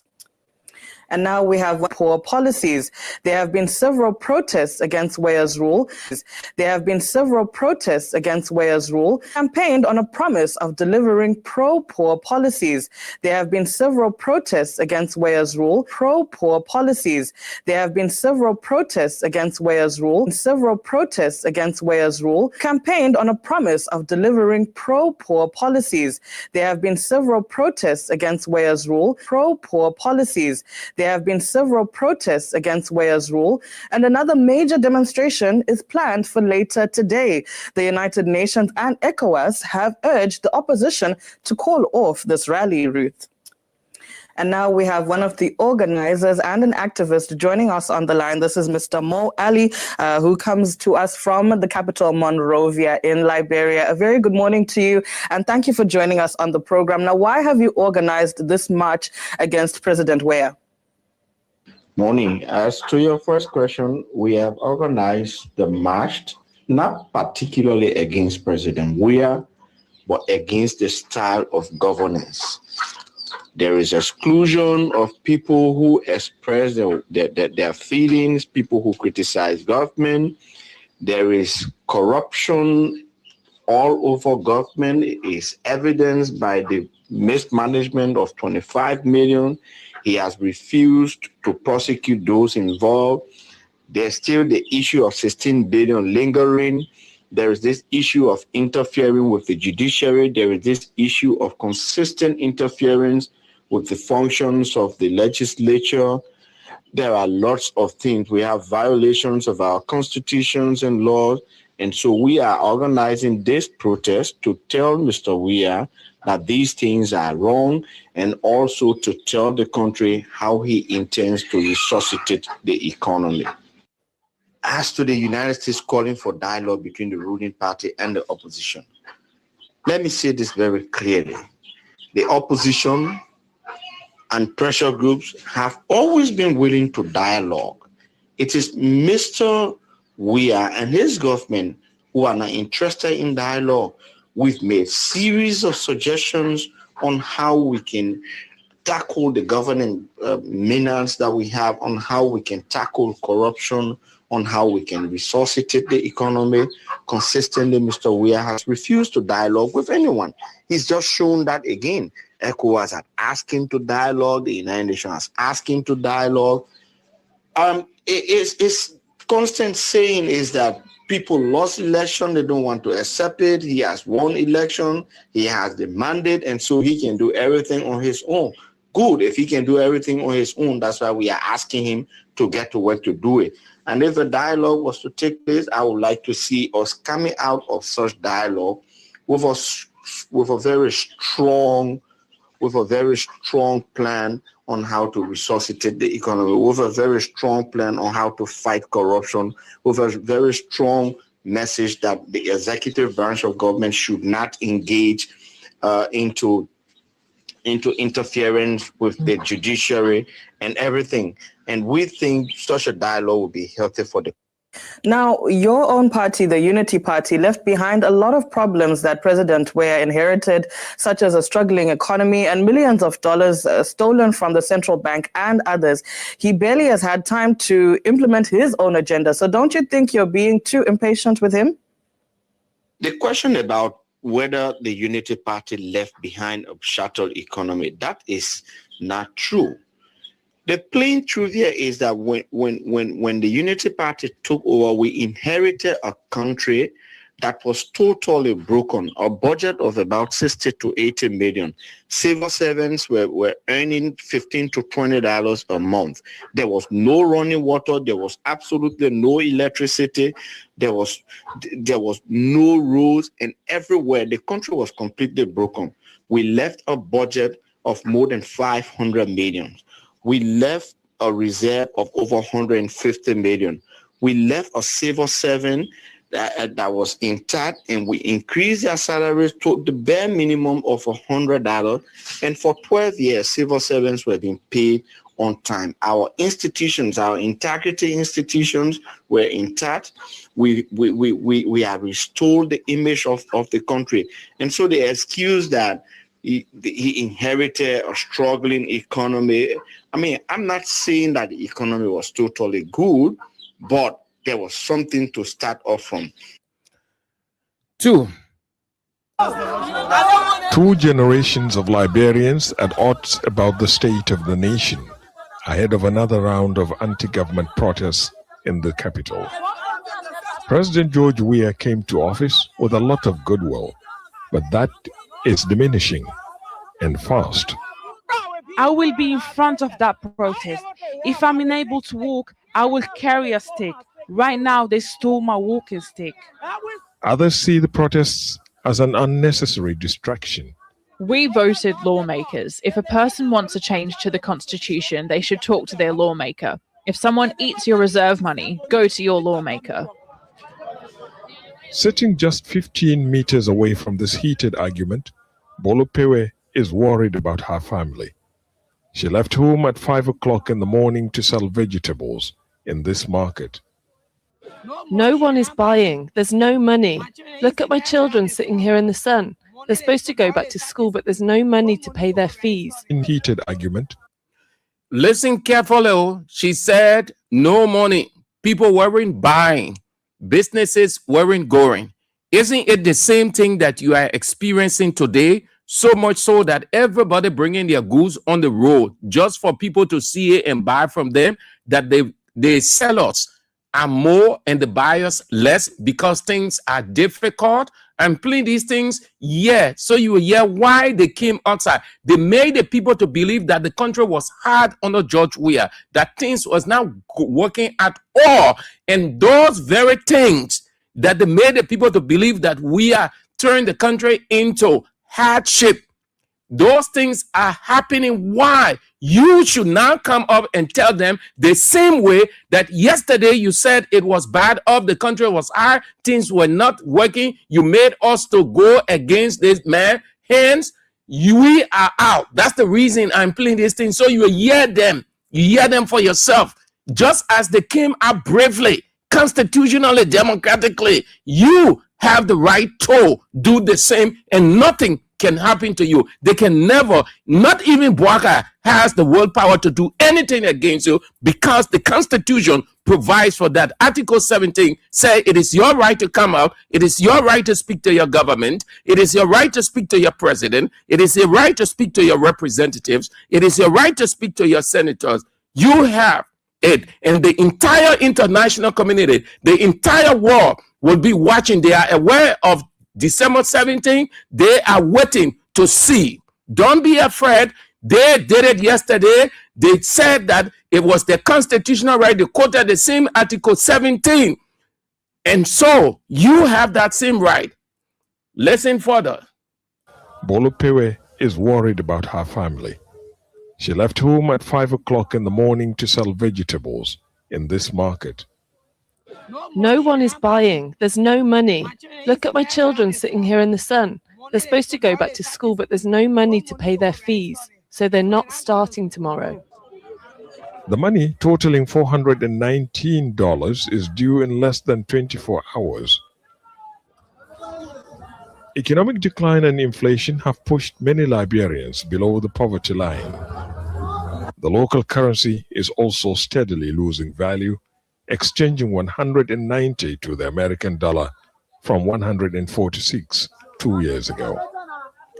For many years since the end of the Civil War, Liberia has relied heavily on United Nations spending for its annual budget.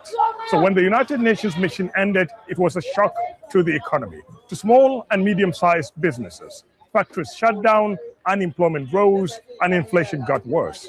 Discontent is now everywhere. Critics of the government accuse it of lacking accountability and rampant corruption. In 2019, they brought thousands of Liberians to the streets to protest. 7 months later, they say things have only got worse. Did you hear the Al Jazeera reporter?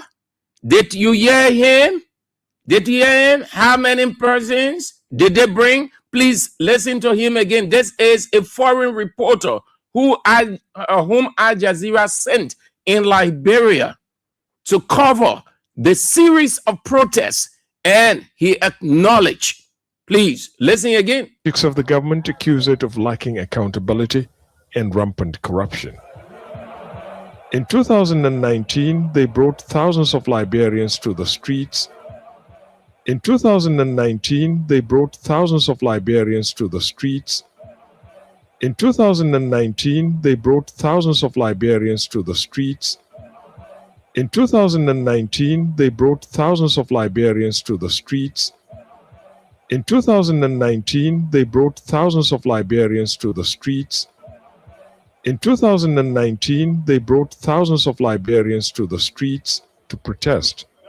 7 months later, they say things have only got worse.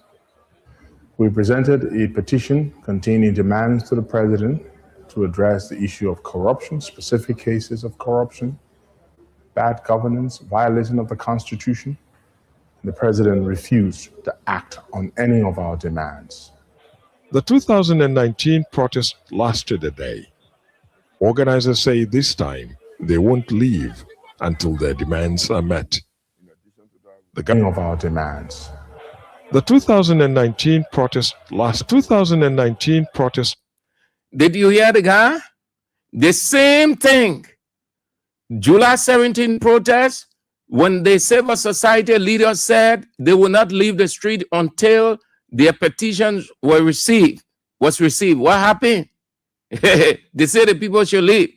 Yesterday, they said, no, a judge won't receive our protest. We'll stay here. We'll stay here. Today, they want it. Workers should not come and receive it. December 17, they will stay there. It is the right. The citizen has the right. As long as they feel comfortable, they can be there. This country is not 12 hours country, it's 24 hours. You hear the guy? That's what they said. December 17, I'm just encouraging you. December 17, get ready. Day after tomorrow. 2019 protest lasted a day. Organizers say this time they won't leave until their demands are met. The government has denied allegations that officials have been stealing public money. The greater issue is that since Mr. President won the elections, the political elite, the hegemony, have not really accepted him as the president. So they have been using all sorts of devious means to undermine his authority and to delegitimize his election. The protests have further polarized people in the West African country. For Liberians like Bolu, what matters most is the opportunity to make some money to feed and send her children to school. After that, she says, the politicians can do whatever they please. On that, many Liberians on both sides of the political divide agree. Ahmed Idris, Al Jazeera, Monrovia. Take clip. In Liberia's capital, Monrovia, a march to sweep corruption out of the country. Hundreds of people gathered with brooms in their hands for a small protest against a big problem. Corruption is everywhere, says Esther Thompson. She says she has to pay bribes to get her children in school, to get money out of her bank account, or even to get a job. But it's even worse in government. In the House of Senate, in the House of Representatives, in government, that's where corruption is. In August, 3 senior figures of WEA's government were suspended after the U.S. Treasury imposed sanctions against them. The president's chief of staff is accused of corruption and directing warlords to threaten political rivals. The managing director of the Port Authority is accused of funneling money into private accounts. And the state solicitor general is accused of shielding suspected criminals, blocking investigations into government corruption. And we empathize. The government denies any wrongdoing. That those sanctions were not because of the government, was not targeted at the president. So if people are using these things to gain political relevance, well, we're in a democracy. Our citizens are allowed to protest and do as they feel. But the truth is that we've done more as a government than any other administration in trying to fight graft in the public space. These protesters are marching not towards the presidential palace or parliament, but towards the U.S. Embassy. They're hoping the U.S. can do what their government has failed to, arrest and prosecute those stealing public funds. Hundreds, not thousands of people came out to demonstrate against corruption. Not the numbers that organizers had hoped for, but they say they have the backing of the Liberian people. It's just that there is here in this country a culture of fear when it comes to speaking out against government corruption. Kefti Lama worked as an auditor at the Liberian Revenue Authority. In October 2020, she was found dead in her car. State investigators concluded Ms. Lama died of suffocation. An accident, says the government. A cover-up, says Lama's widower. There was a state-sponsored murder because my wife was investigating taxes in the tune of $25 million US, paid through the commercial bank that's supposed to be deposited at the central bank and were then diverted by people in high authority. Following Ms. Lama's death, President Weah passed several bills in Parliament. A Witness Protection Act to protect those who expose corruption, a code of conduct for government officials, and a fast-track court to prosecute people accused of taking bribes. But organizers of the march say that's not enough. They're calling for a change of political culture to sweep the country clean of dirty politics, bad governance, and corruption. Nicholas Hawk, Al Jazeera, Monrovia, Liberia. All right, time is of the essence. We'll continue with the rest. Just the introduction you've heard. We'll continue with the rest, the other ones on tomorrow, because it will be on the eve. We'll start with this one, followed by the rest. Muhammad Ali, popularly known as Mo Ali, he is in the Liberian capital of Monrovia and now joins us via Skype. Mo Ali, good evening, and thank you so much for joining us on the Globe. Let's go now. Don't forget, tomorrow is the 16th, and then after tomorrow, the 17th, December 17th. Tomorrow will be the eve. Don't get discouraged. Don't allow anybody to discourage you. Yesterday, when people were telling them that protest was not necessary, they said no, it was necessary. We'll go out. You won't hear anything yet. Tomorrow I will play the other one from the analysis.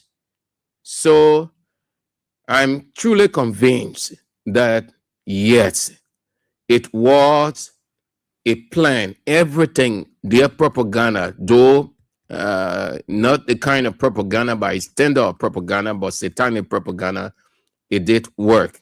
But you hear some terrible things from these Unity Party people. Please come out. Don't allow anybody to discourage you. Let nobody tell you that protest is dangerous, that protest something going to happen. Don't allow them to discourage you. Yesterday, it was important. It was good. it was the law, and they came out the same way. It only means protest simply means express yourself to your president, express yourself to your representatives, express yourself to your senator. Protests are normal thing all over. As we're speaking, people protesting all over. Let them not make you to understand, like you don't know that protest is just mean to express oneself. That which you dissatisfied with when you say it out that protest. When a man get there with a woman in a hall and the man express whatever in his mind, that protest. When you hear the person say, me a bull, I've already said it, the person has protested, meaning the person took it from in out. Yeah? That what protest is nothing else. He ain't get no bad thing, but the people he want it. Then they can say, oh, protest, oh, we help people do that lie. And we have series of protests. Sam Boaka came, the international community know that they graded us. In all their report, they said the people protested in Liberia. Under Boaka government, can you imagine the kind of protests that were in we are government? If the Boaka were president at that time, you are going to fall off because you get pressure. Yeah. The kind of protest. But this time, nobody, everybody turned out, they protested. That means they expressed themselves, they went home freely. Nobody homo anybody, nobody bother anybody. It was peaceful. The police came and say the protest was peaceful. So the same way December 7th, it will be peaceful. You don't mind those two religious leaders in Bishop Kotu Brown and Christopher Toe, who with their evil plans wanted to incite violence, because their statement is tantamount to violence. Because you know why? You disadvantaging one side in favor of another side. When there's two religious leaders, they were here. The Liberian Council of Churches will get document on them, will get recording. And you hear me playing song? The people from on the other side are Unity Party on here. We have the religious people on. You hear the Liberal Council of Churches people saying that they were protests. There were protests in December in we are government. There were protests. They never say that our festive season, your leader people, let the people enjoy. Those same people, some of the religious leaders now, or some of the religious leaders are evil incarnate, Satan incarnate. Only when it is in their interest, then. But when it is not in the interest of the people, those people that cut to Brown and the other council of churches people, they were here against we are government. They were inciting people to go and protest. They said it was a constitutional right. It was the fundamental right. It should not be compromised. What the other guy, Dempster Brown, not Dempster Brown, sorry. Adama Dempster. Adama Dempster, the clip, one of the clips will play on tomorrow. You will hear Adama Dempster talking. He was on the protest ground. Say I'm a protest because it is a fundamental right. Why Adama Dempster can talk today? Because you know why? He profited greatly. And I will call all the names because the public record is there. They're on TV. They're not something that they have not done. So you don't mind those people. You don't listen to Kotu Brown. You don't listen to nobody called Liberal Council of Churches. The Liberal Council of Churches, they did dubious thing in the 1990 war.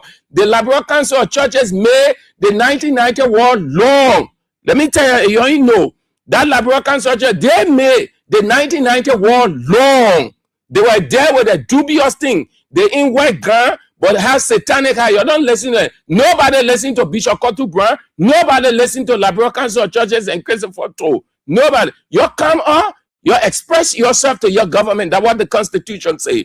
People in their church, they can protest in their church. Let's go. Let's take a few calls. And then that will be doing it for today. Just thought to remind you people. It is your right. You don't give up. But y'all gotta be dropping in the basket. Now because I talk about the basket from the beginning. The basket open 24/7 basket. The year coming in. So that one part, y'all gotta y'all gotta mail us a part of your agenda. Y'all gotta mail us a part of your agenda. The year coming in. So I say, from Monday, from January to December, yeah, the people and the really we've been together. So let's drop the Christmas in the bus. Mm-hmm. So let's take few calls. You don't want to explain history. As soon as you attempt to explain history, you're off. I came to explain history. I came to motivate, to persuade, to allow you to see reason that you should turn out on December 17th. And you don't come and call Boaka Day, Boaka Da. From January, you've been saying Boaka Day, Boaka Da. You don't come in, you will not elevate Boaka, you will not promote Boaka on the show. You go straight to the point, the issues that we discuss. I mentioned no Boaka here. So when you come here with your Boaka Day, Boaka Na Da, you out. I talk about the Moravia City Corporation selling out the Sawa, no Sawa again. The Senate staff force going on the rampage for the degrading treatment meted against them by their own bosses, and Bucky Raw situation, and December 17th. So when you call here Boaga Day, Boaga Na Da, George, you going. So let's go. Hello. Hello. Yeah. Sir Andrew? Yes, this is Sir Andrew. A.B. Kali. A.B. Kali. Yes, I'm calling you from Burma Bridge. You see, we can't get here to the people. Kotu Brown and our other men for the Council of Churches. That now they know a protest. My man, the protest is on December 17th, by. Not because I mentioned those two people. I say you don't listen to them. Let's go, Chief. Hello. Hello. Yeah. Hello. How you doing? The show. I'm doing good. I'm calling on December 17th. Thank you. I want to give the president December 17th. The Christmas, December 17th, Christmas is looking for him. And I call all the Senate staff to join on that day to give Christmas. Right. Thank you so much. You'll get out. Hello. Good afternoon, Sam Andrew. Good afternoon. This is Prince. Now, Prince Neil. I phone you from my residence, Kington Estate. On the protest, December 17th, it will not be easy because we are in the trams. We are talking to people from the various communities, and they are listening to us. We will come outside again like July 17th. We are definitely going to show this. We're not leaving the street until our demands are met by the president. He will receive it. Nobody will receive it besides the president. Without a fear. The high water thing nothing will never afraid that day. We are talking to people who are joining the group. As we speak to we'll be going 5:40 to talk to our friends who are willing to have a several meeting. We'll talk to people. This paper, you have to listen to the citizen. So thank you. We're ready for that. All right, sir. Thank you so much too. That is motivating, inspiring. Hello. Good afternoon, Mr. Andrew. Good afternoon. I'm trying to bring a fellow because I'm for riding along the Japanese freeway. You know, see how brother you spoke today. You really spoke my mind out. Very close to pocket plot, right? Let me be honest with you. These people were just a credible showmanship. To be honest, it was just a setup just to get that repetition. And for the protest aspect, I can right and show you that I'm not running. When I say it's a holiday for me because I'm fully prepared to give this government December 25th. From what they say, even my pastor coming out to go, I will still go. They have God for mercy. But I must show up myself. Thank you very much for having me. Okay, good. That's a good one. Hello. Yeah, good afternoon, Andrew. Good afternoon. Yeah, Peter Bar calling for Justice Day. Thank you very much, Sir Andrew. Sir Andrew, the reason I'm talking, I started business, talking about the other one, I'm talking about forget raw. Because you go on your ground, because I recently understand I'm all the secret. But the protest business, I recently I'm going to. But Bucket Raw is not a Unity Party person. He is a sedition, so it's not because he was not invited, so that's not a reason. No, why? Yeah, they say because you got Nima. You can listen to all kind of people. Bucket Raw, you see, I showed the man picture in his CDC something. Where Bucket Raw going to Unity Party? I recently now only therefore. That's not true. So for the protest business, that recently I'm going to push. I don't go for my phone, but I'm going for my phone every week. That next week I'm going for my phone. So today, Monday to Saturday, we're going to feel wonderful. We're going to listen to all. We will remain there. And therefore, I can get out and walk after teacher before we hit the street. And the reason I'm going to put today, I'm going to protect business. Thank you very much. Hello? Hey, Mr. Andrew, how you doing? I'm good. Thank you. This is Austin Ware from the street. So, for me, I'm only asking every like TV. Even on the 17th, if you have anything to do, just let it go for that day. And for me, the level I alone, that protest will be a non-stop protest. Non-stop protest until we can see what should be done in this country. So, before I leave the land, one of the decisions was speaking to the media at that time. So the question is, why did he have to say to what else in the state now with all the confession? Did he have anything to say? Yes. Yeah, very good question. I thought the same thing too. That Gifted Lama husband. So you see? Yeah, he said it was a state. It was a state-sponsored murder, meaning the state planned to kill his wife. Now the man has come up and confessed. If I were him, I would take action. But being that the other of them are all in the basket and they hold their heads, they are benefiting from the government, that pain will be in him until he says you go after his wife. Thank you. Hello. Yeah, brother, how you doing, man? I'm doing good. You're thinking you're already. I see I'm fit now for the protest. Paka will get listed. One exit, sir. And I'm calling on Liberian. Don't say they must share money. Anybody here. Like the party like escape from Monse go protest will call in for their own effort.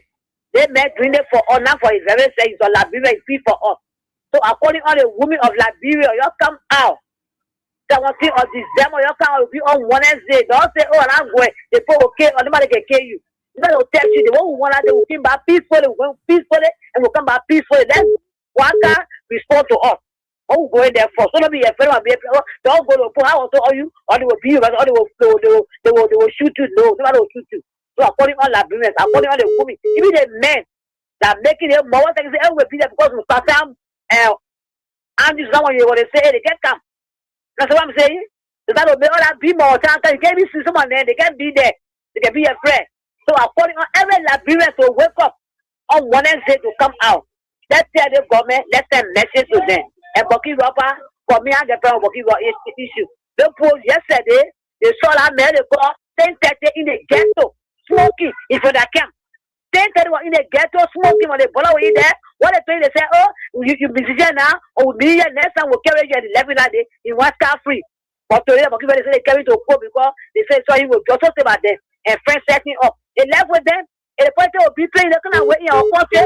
One walk out, I will be kidding for that. That's so. Some people will let go and say, well, okay, or you say go for the job, and live with them. They will more put out the nation in the country. Put out gone. Can I hear? Put out here. They bought our court. The whole paper full of truck or drugs. We saw you shaking here with Boaka in the house. So they in the cell. Where's the man? So they car free passing around. But today, like Boki Rock. So in your social media, in your Facebook, they posting for 3C camp, job begin drugs. The one they tell us selling drugs. So I said, thank you. Let him go ahead. Now the politics will running so. Thank you. All right, man, Cici. Thank you too for coming on. Have a nice day. And the sentence not long ago was fine. The problem with the DEA, just few seconds, then we'll continue receiving your call. They are not expressive or they are not explaining. Not everything. You can generalize everything. That is their problem. Because the people are overwhelmed or this mind game that drugs is this, drugs is that. So everything is a drug. You have to educate the people the various levels or degrees of drug and the penalty that goes with it. Whether it's 1 year, it's a fine. You have to explain the law. You explain the various. But you make people to understand that everything is just bad or everything is drug. And it creates problem within the understanding of the people. If it is something that is just for a year or 6 months in jail, tell the people. If it goes with fine of maybe whatever the amount, tell the people. Simple. Educate your society. Hello. Hello, good afternoon, Mr. Andrew. Good afternoon. Yeah, this is Pape calling. Me, CDC Pape. Wednesday, I'll be the first man I'll appear that I'm outside there. I can't be afraid of nobody. So Wednesday, any January, I'll be there. Before Saturday, they will see me in front of the wall. Thank you. Hello. Hello. Hello? Yes. Hello. Yes. Yeah, thank you very much for the program. The program is very interesting. Hello? Yes, you are on the air, Chief. Okay, thank you very much. I'm Orlando Waba calling from Tiburu. Life is so. I always tell people life is about interest. But if what is so, we believe there was something enforcing on the drug issue. There is something that Pogora was doing. Whether he was not guilty or he was guilty, but there was something that he was doing almost like smoking drugs or saw him doing drugs. So what we said is that if the police have saw him or they have saw him doing those things, when I find as a leader of the country, don't you also know that we are political for politics. Will that be fine? If anything is doing something or not fine, let the police do their work according to their professional. It will be if you go across the board, anyone knows what you know. What kind of CDC or the whole you do it better with. Thank you very much. This is what Representative Bernard Benson, widely known as DJ Blue, this is what he wrote. Thomas Awaji, they caught a whole house full of drugs from my district. I have yet to see the suspect. That's what DJ Blue wrote on his official page. If you went there, you will see it. He said, Thomas Awaji, they caught a whole house full of drugs from my district. I have yet to see the suspect. Meaning, they say they caught or they discovered drugs, whole house, but the suspect they are yet to see. Liberia has a law. Liberia has a law called the Control Drug and Substance Act of 2014. This law lists certain dangerous drugs under what they call Schedule 1. Schedule 1. Cannabis is the first on that particular list. In our everyday colloquial language, we say weed or grass, but it's the same thing. Because it is a Schedule 1 drug, the law does not allow anyone to use it or sell it. However, if a person is caught, they can spend up to 1 year in prison, pay a fine of $1,000, or even face both. Meaning, you can go to jail for 1 year, at the same time you pay the $1,000. And if the situation is more serious, the punishment can be higher. Meaning, it is the law now that will determine if it is serious, the penalty can go up. And who determines that? The Lord. So anytime the question comes up about whether cannabis, weed, or grass, or whatever is illegal in Liberia, that is for fact. Simple. It is not legal, and the law is very clear. So you just have to be careful. The LDEA, the police have to have to go out explaining. You have to educate the people. Because the people, everybody just have one understanding. But the law say that the person can pay a fine, or the person can go to jail for 1 year, or the person can face the two. You can pay the 1,000 and go to jail. So when you can explain the various laws to the people, it will be good. Let them know.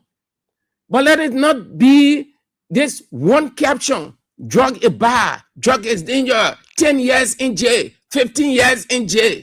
You're just instilling fear in the people and you're not helping. All these things you're doing that just publicity stunt. You take drugs from people. You can't see where the drugs go. They will tell you they burn drug. You can't see anything. If they're carrying whole consignment, they will just take few from there. The other one, we say it this way because we see it. How can you arrest? You say you arrest 40 kilograms today.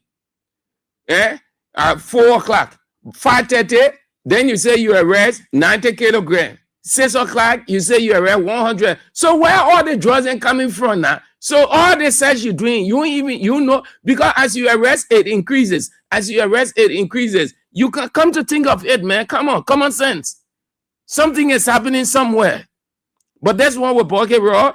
It's purely political, Chief. The representatives say whole house full of drugs. They say in a community, he can see the suspect. Amen. Let's go here. I just thought to share that with you. That's the essence of it. Oh, December 17th. Day after tomorrow, December 17th, day after tomorrow, Wednesday, not next week, not week after next, this week, tomorrow is Tuesday. After Tuesday, it is the day. Thomas Snawolo writes, the same law yesterday is the same law today. The same reason they protested yesterday is the same reason they are protesting today. Right. Good.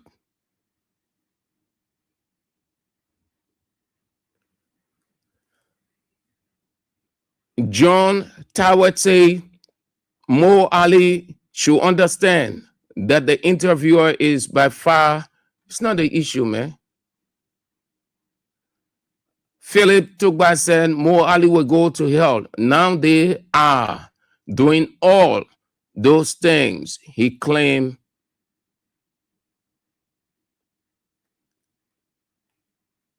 They're trying to say what's wrong yesterday. Royal always vows all those criminal things those unscrupulous creatures are doing one day will come to an end. Philip Tukpa said Takun J needs to be careful. Yes, that's true. Oh yeah, it won't be a surprise. We hope that doesn't happen, but don't take those people, Unity Party, for granted. Takun J has to be careful, and every other person in the opposition, be careful. Anybody, if you check Ayuba Kroma, the guy who did a setup against Bucky Roy, he is a Unity Party person. So in your area, you have to be careful with Unity Party people. Wherever you are, be careful. They are informers, they are informants. Be careful with Unity Party. Be careful with what you say, the kind of conversation you have with them, and just be careful with it, because they might, before you can realize it, finish. I'm telling you. And like Man Sisi said, truly, what you saw during 1990 war, that was the same thing that you see happening now, that what led people to start hunting people 1990. You're looking for families. That's how they will slaughter a whole family. Say, oh, NIU went and say, my brother had drug. They went and carry him, and all of y'all get in the hall. The poor guys and Bonnie. We who were here 1990. Yeah, I can say it proudly. There is a reason why God did not allow me to leave from here 1990. All my friends, families, all around me, they left. Everybody. God said you will never move. All the way I attempted. Bullet passing all over me, everywhere before me, hitting wall, particles splashing. We saw things. We saw it. Put whole family in house. They put it on fire. Say, you come on. Say, take all live all your trouser. You ain't your policeman, ain't your army man. Before you can realize it, you're we should be to the checkpoint there, just standing on the side looking. Yeah. You take it for a joke. You'll be setting up your friends. You'll be setting up. Politicians will use you against your friend. Politicians will use you against your family. Politicians will put you in a future danger. It will never affect them. It will affect you when you allow yourself to be used as politician for small money. Philip, you're right. Takunje needs to be very careful. All right. Hello. Hey, Andrew. Yeah. I was the first caller about when out of unit. I want to hear my thoughts concerning about the protest. What they can do every college. You see, say Andrew, as you got 17 killed outright, they need to provide protection for us. Who is Kotu Brian? I'm not clergyman to tell others. My man talk about no Kotu Brian here. That those two names were only mentioned in passing. You gotta tell me that we shouldn't. My man, I said focus on December 17, the protest going on. Yeah, we're coming out. That's why I'm telling them the government should provide security for us. They need to protect us. And you got 17 girls all right. So I say, who is that point against someone from protesting? Where were they? In a plane were protesting? And nobody ever came in a way. We were protesting, say Andrew. Nobody can ask someone from protesting, my brother. December 17 will be out. All right. Okay? We are fearless. We cannot be deterred. Okay, Ebi Kale. Thank you for following the time, my brother. Keep on a good job. Hello. Hello? Yep. Yeah, thank you. This is Lila from calling from government. Hello? You are on the air, lady. Yeah, thank you. I want to know who was your brain, who was talking to. Well, that the people who actually the foreign recording, the people who are covering the protests in Liberia from Al Jazeera, BBC, VOA. Yeah, they had a journalist here covering the protest. Yes, I said, let's see what they do to us, what they do to you. They were nobody alone, except when they didn't use anybody else. All protests go on there, if I did protest, they give away.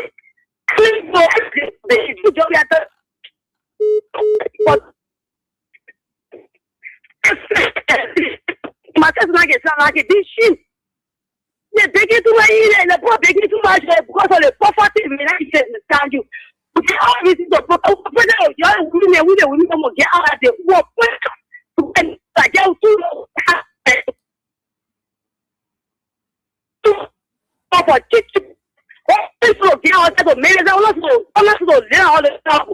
because of who get it. The more happy. So when I get it, I say, let get you won't get outside the low the other.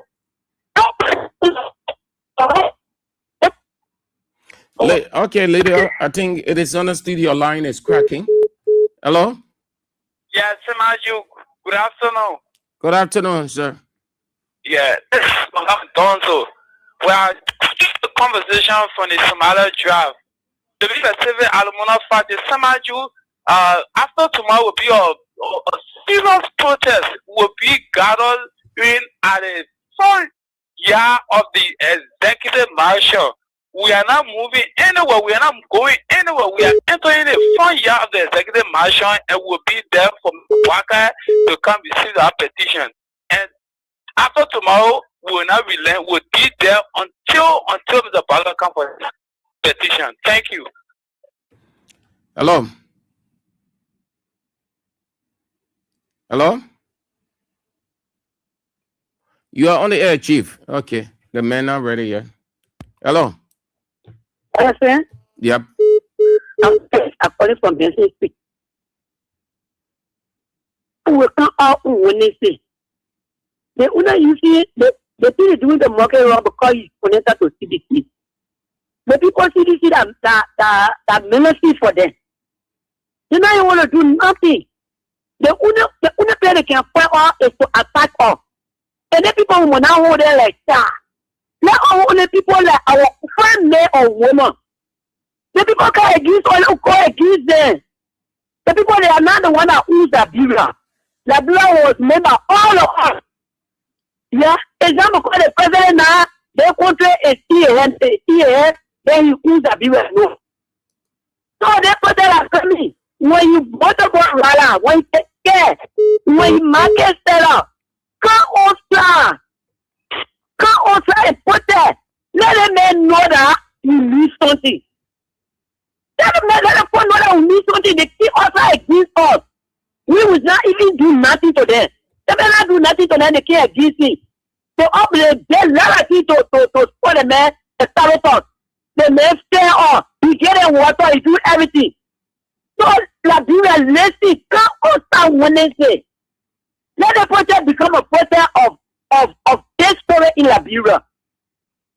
Thank you, Uncle Stan. Hello. Hello? Yep. Hello. You are on the air, Chief. Hello? Yeah. Yeah, thank you so much. There's a Pabo conversation now, Fiamma. Yeah, on your show, thank you for the decent topic of this show. Look, the country for every Liberia. Nobody stop anyone to now go protest. You are welcome, but what the police will tell you, go by the law or the rule of the country. But the executive mansion, I think you can go to the Capitol building and care when you should care to the house or to the president. With the Jews who protest went to the cap who get our permission to the Capitol building and we see it. I told with the former president, no. The constitution not tell you that. So nobody said no one. We can't go and protest. No, the comments are decent comments for every Liberian. It will feel the comment will feel will pass on prayer with mayonnaise, will feel it will carry your water. But you people were fed. You people were fed by the we are government too. You people were fed. The former president, our president, we took it. So,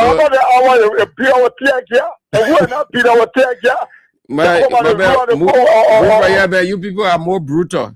Hello. All right, that will be doing it. Thank you ever so much. Time is of the essence.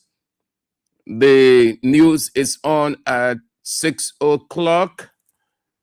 Chuchu, Sinatu say, yes, they are the same people that selling it and they protect the drug dealer.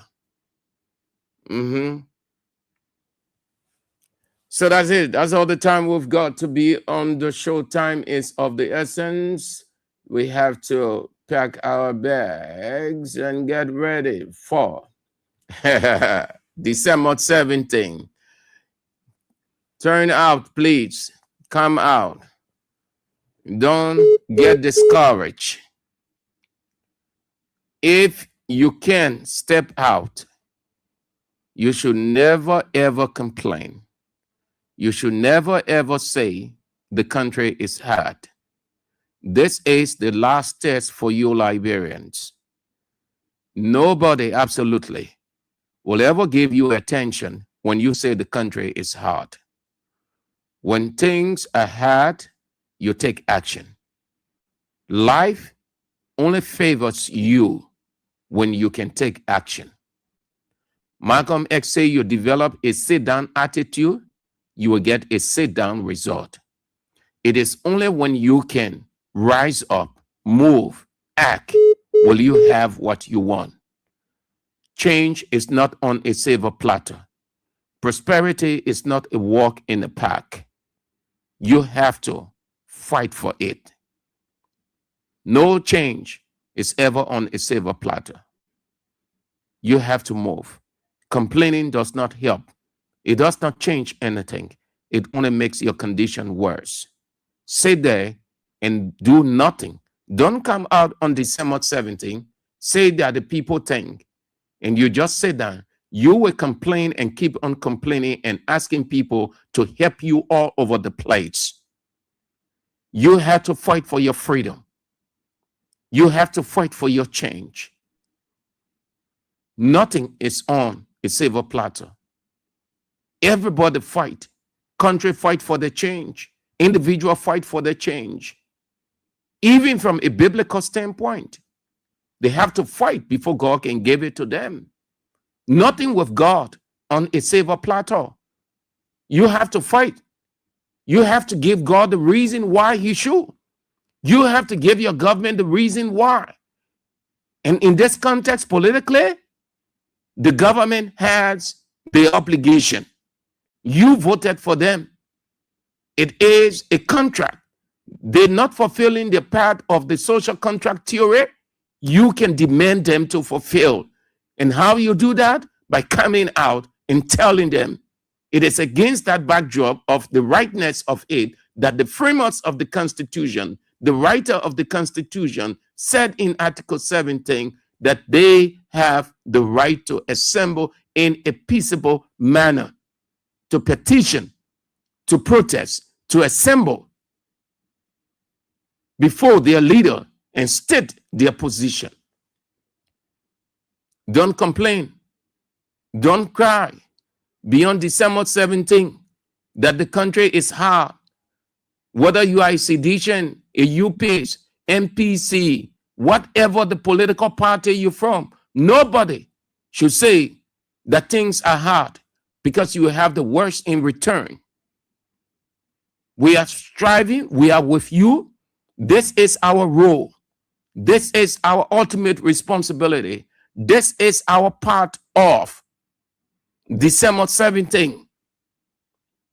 We are one, but diverse by function. We are responsible to disseminate.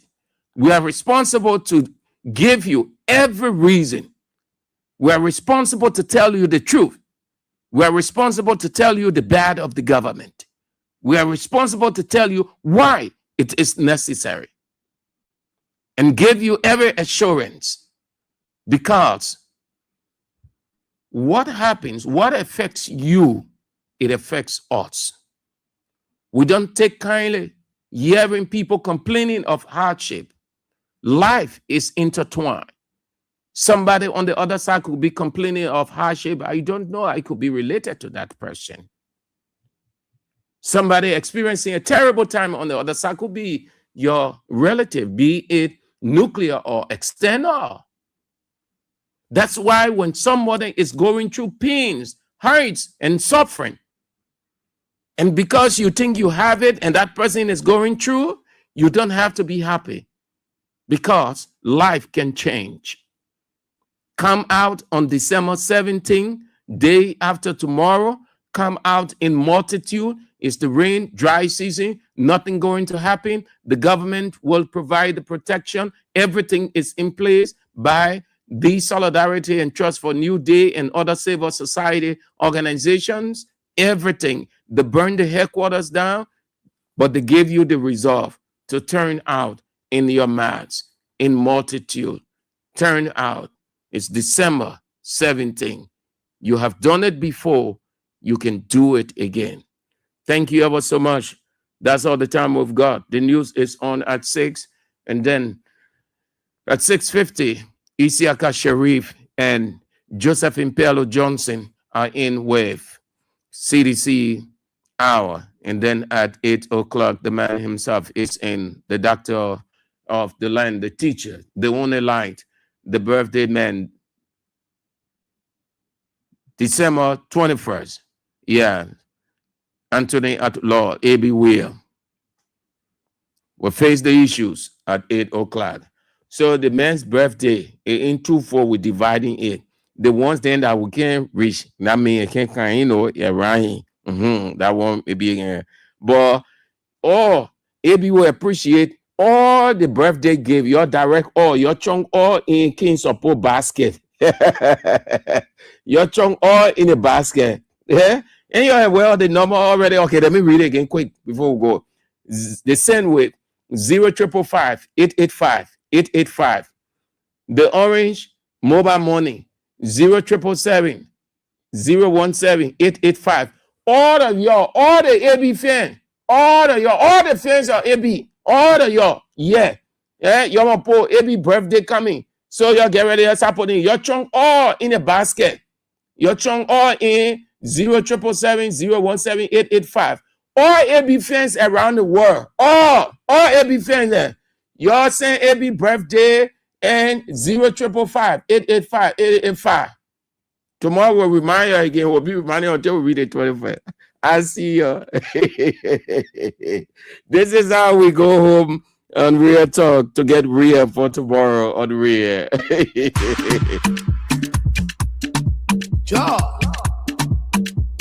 Rastafari.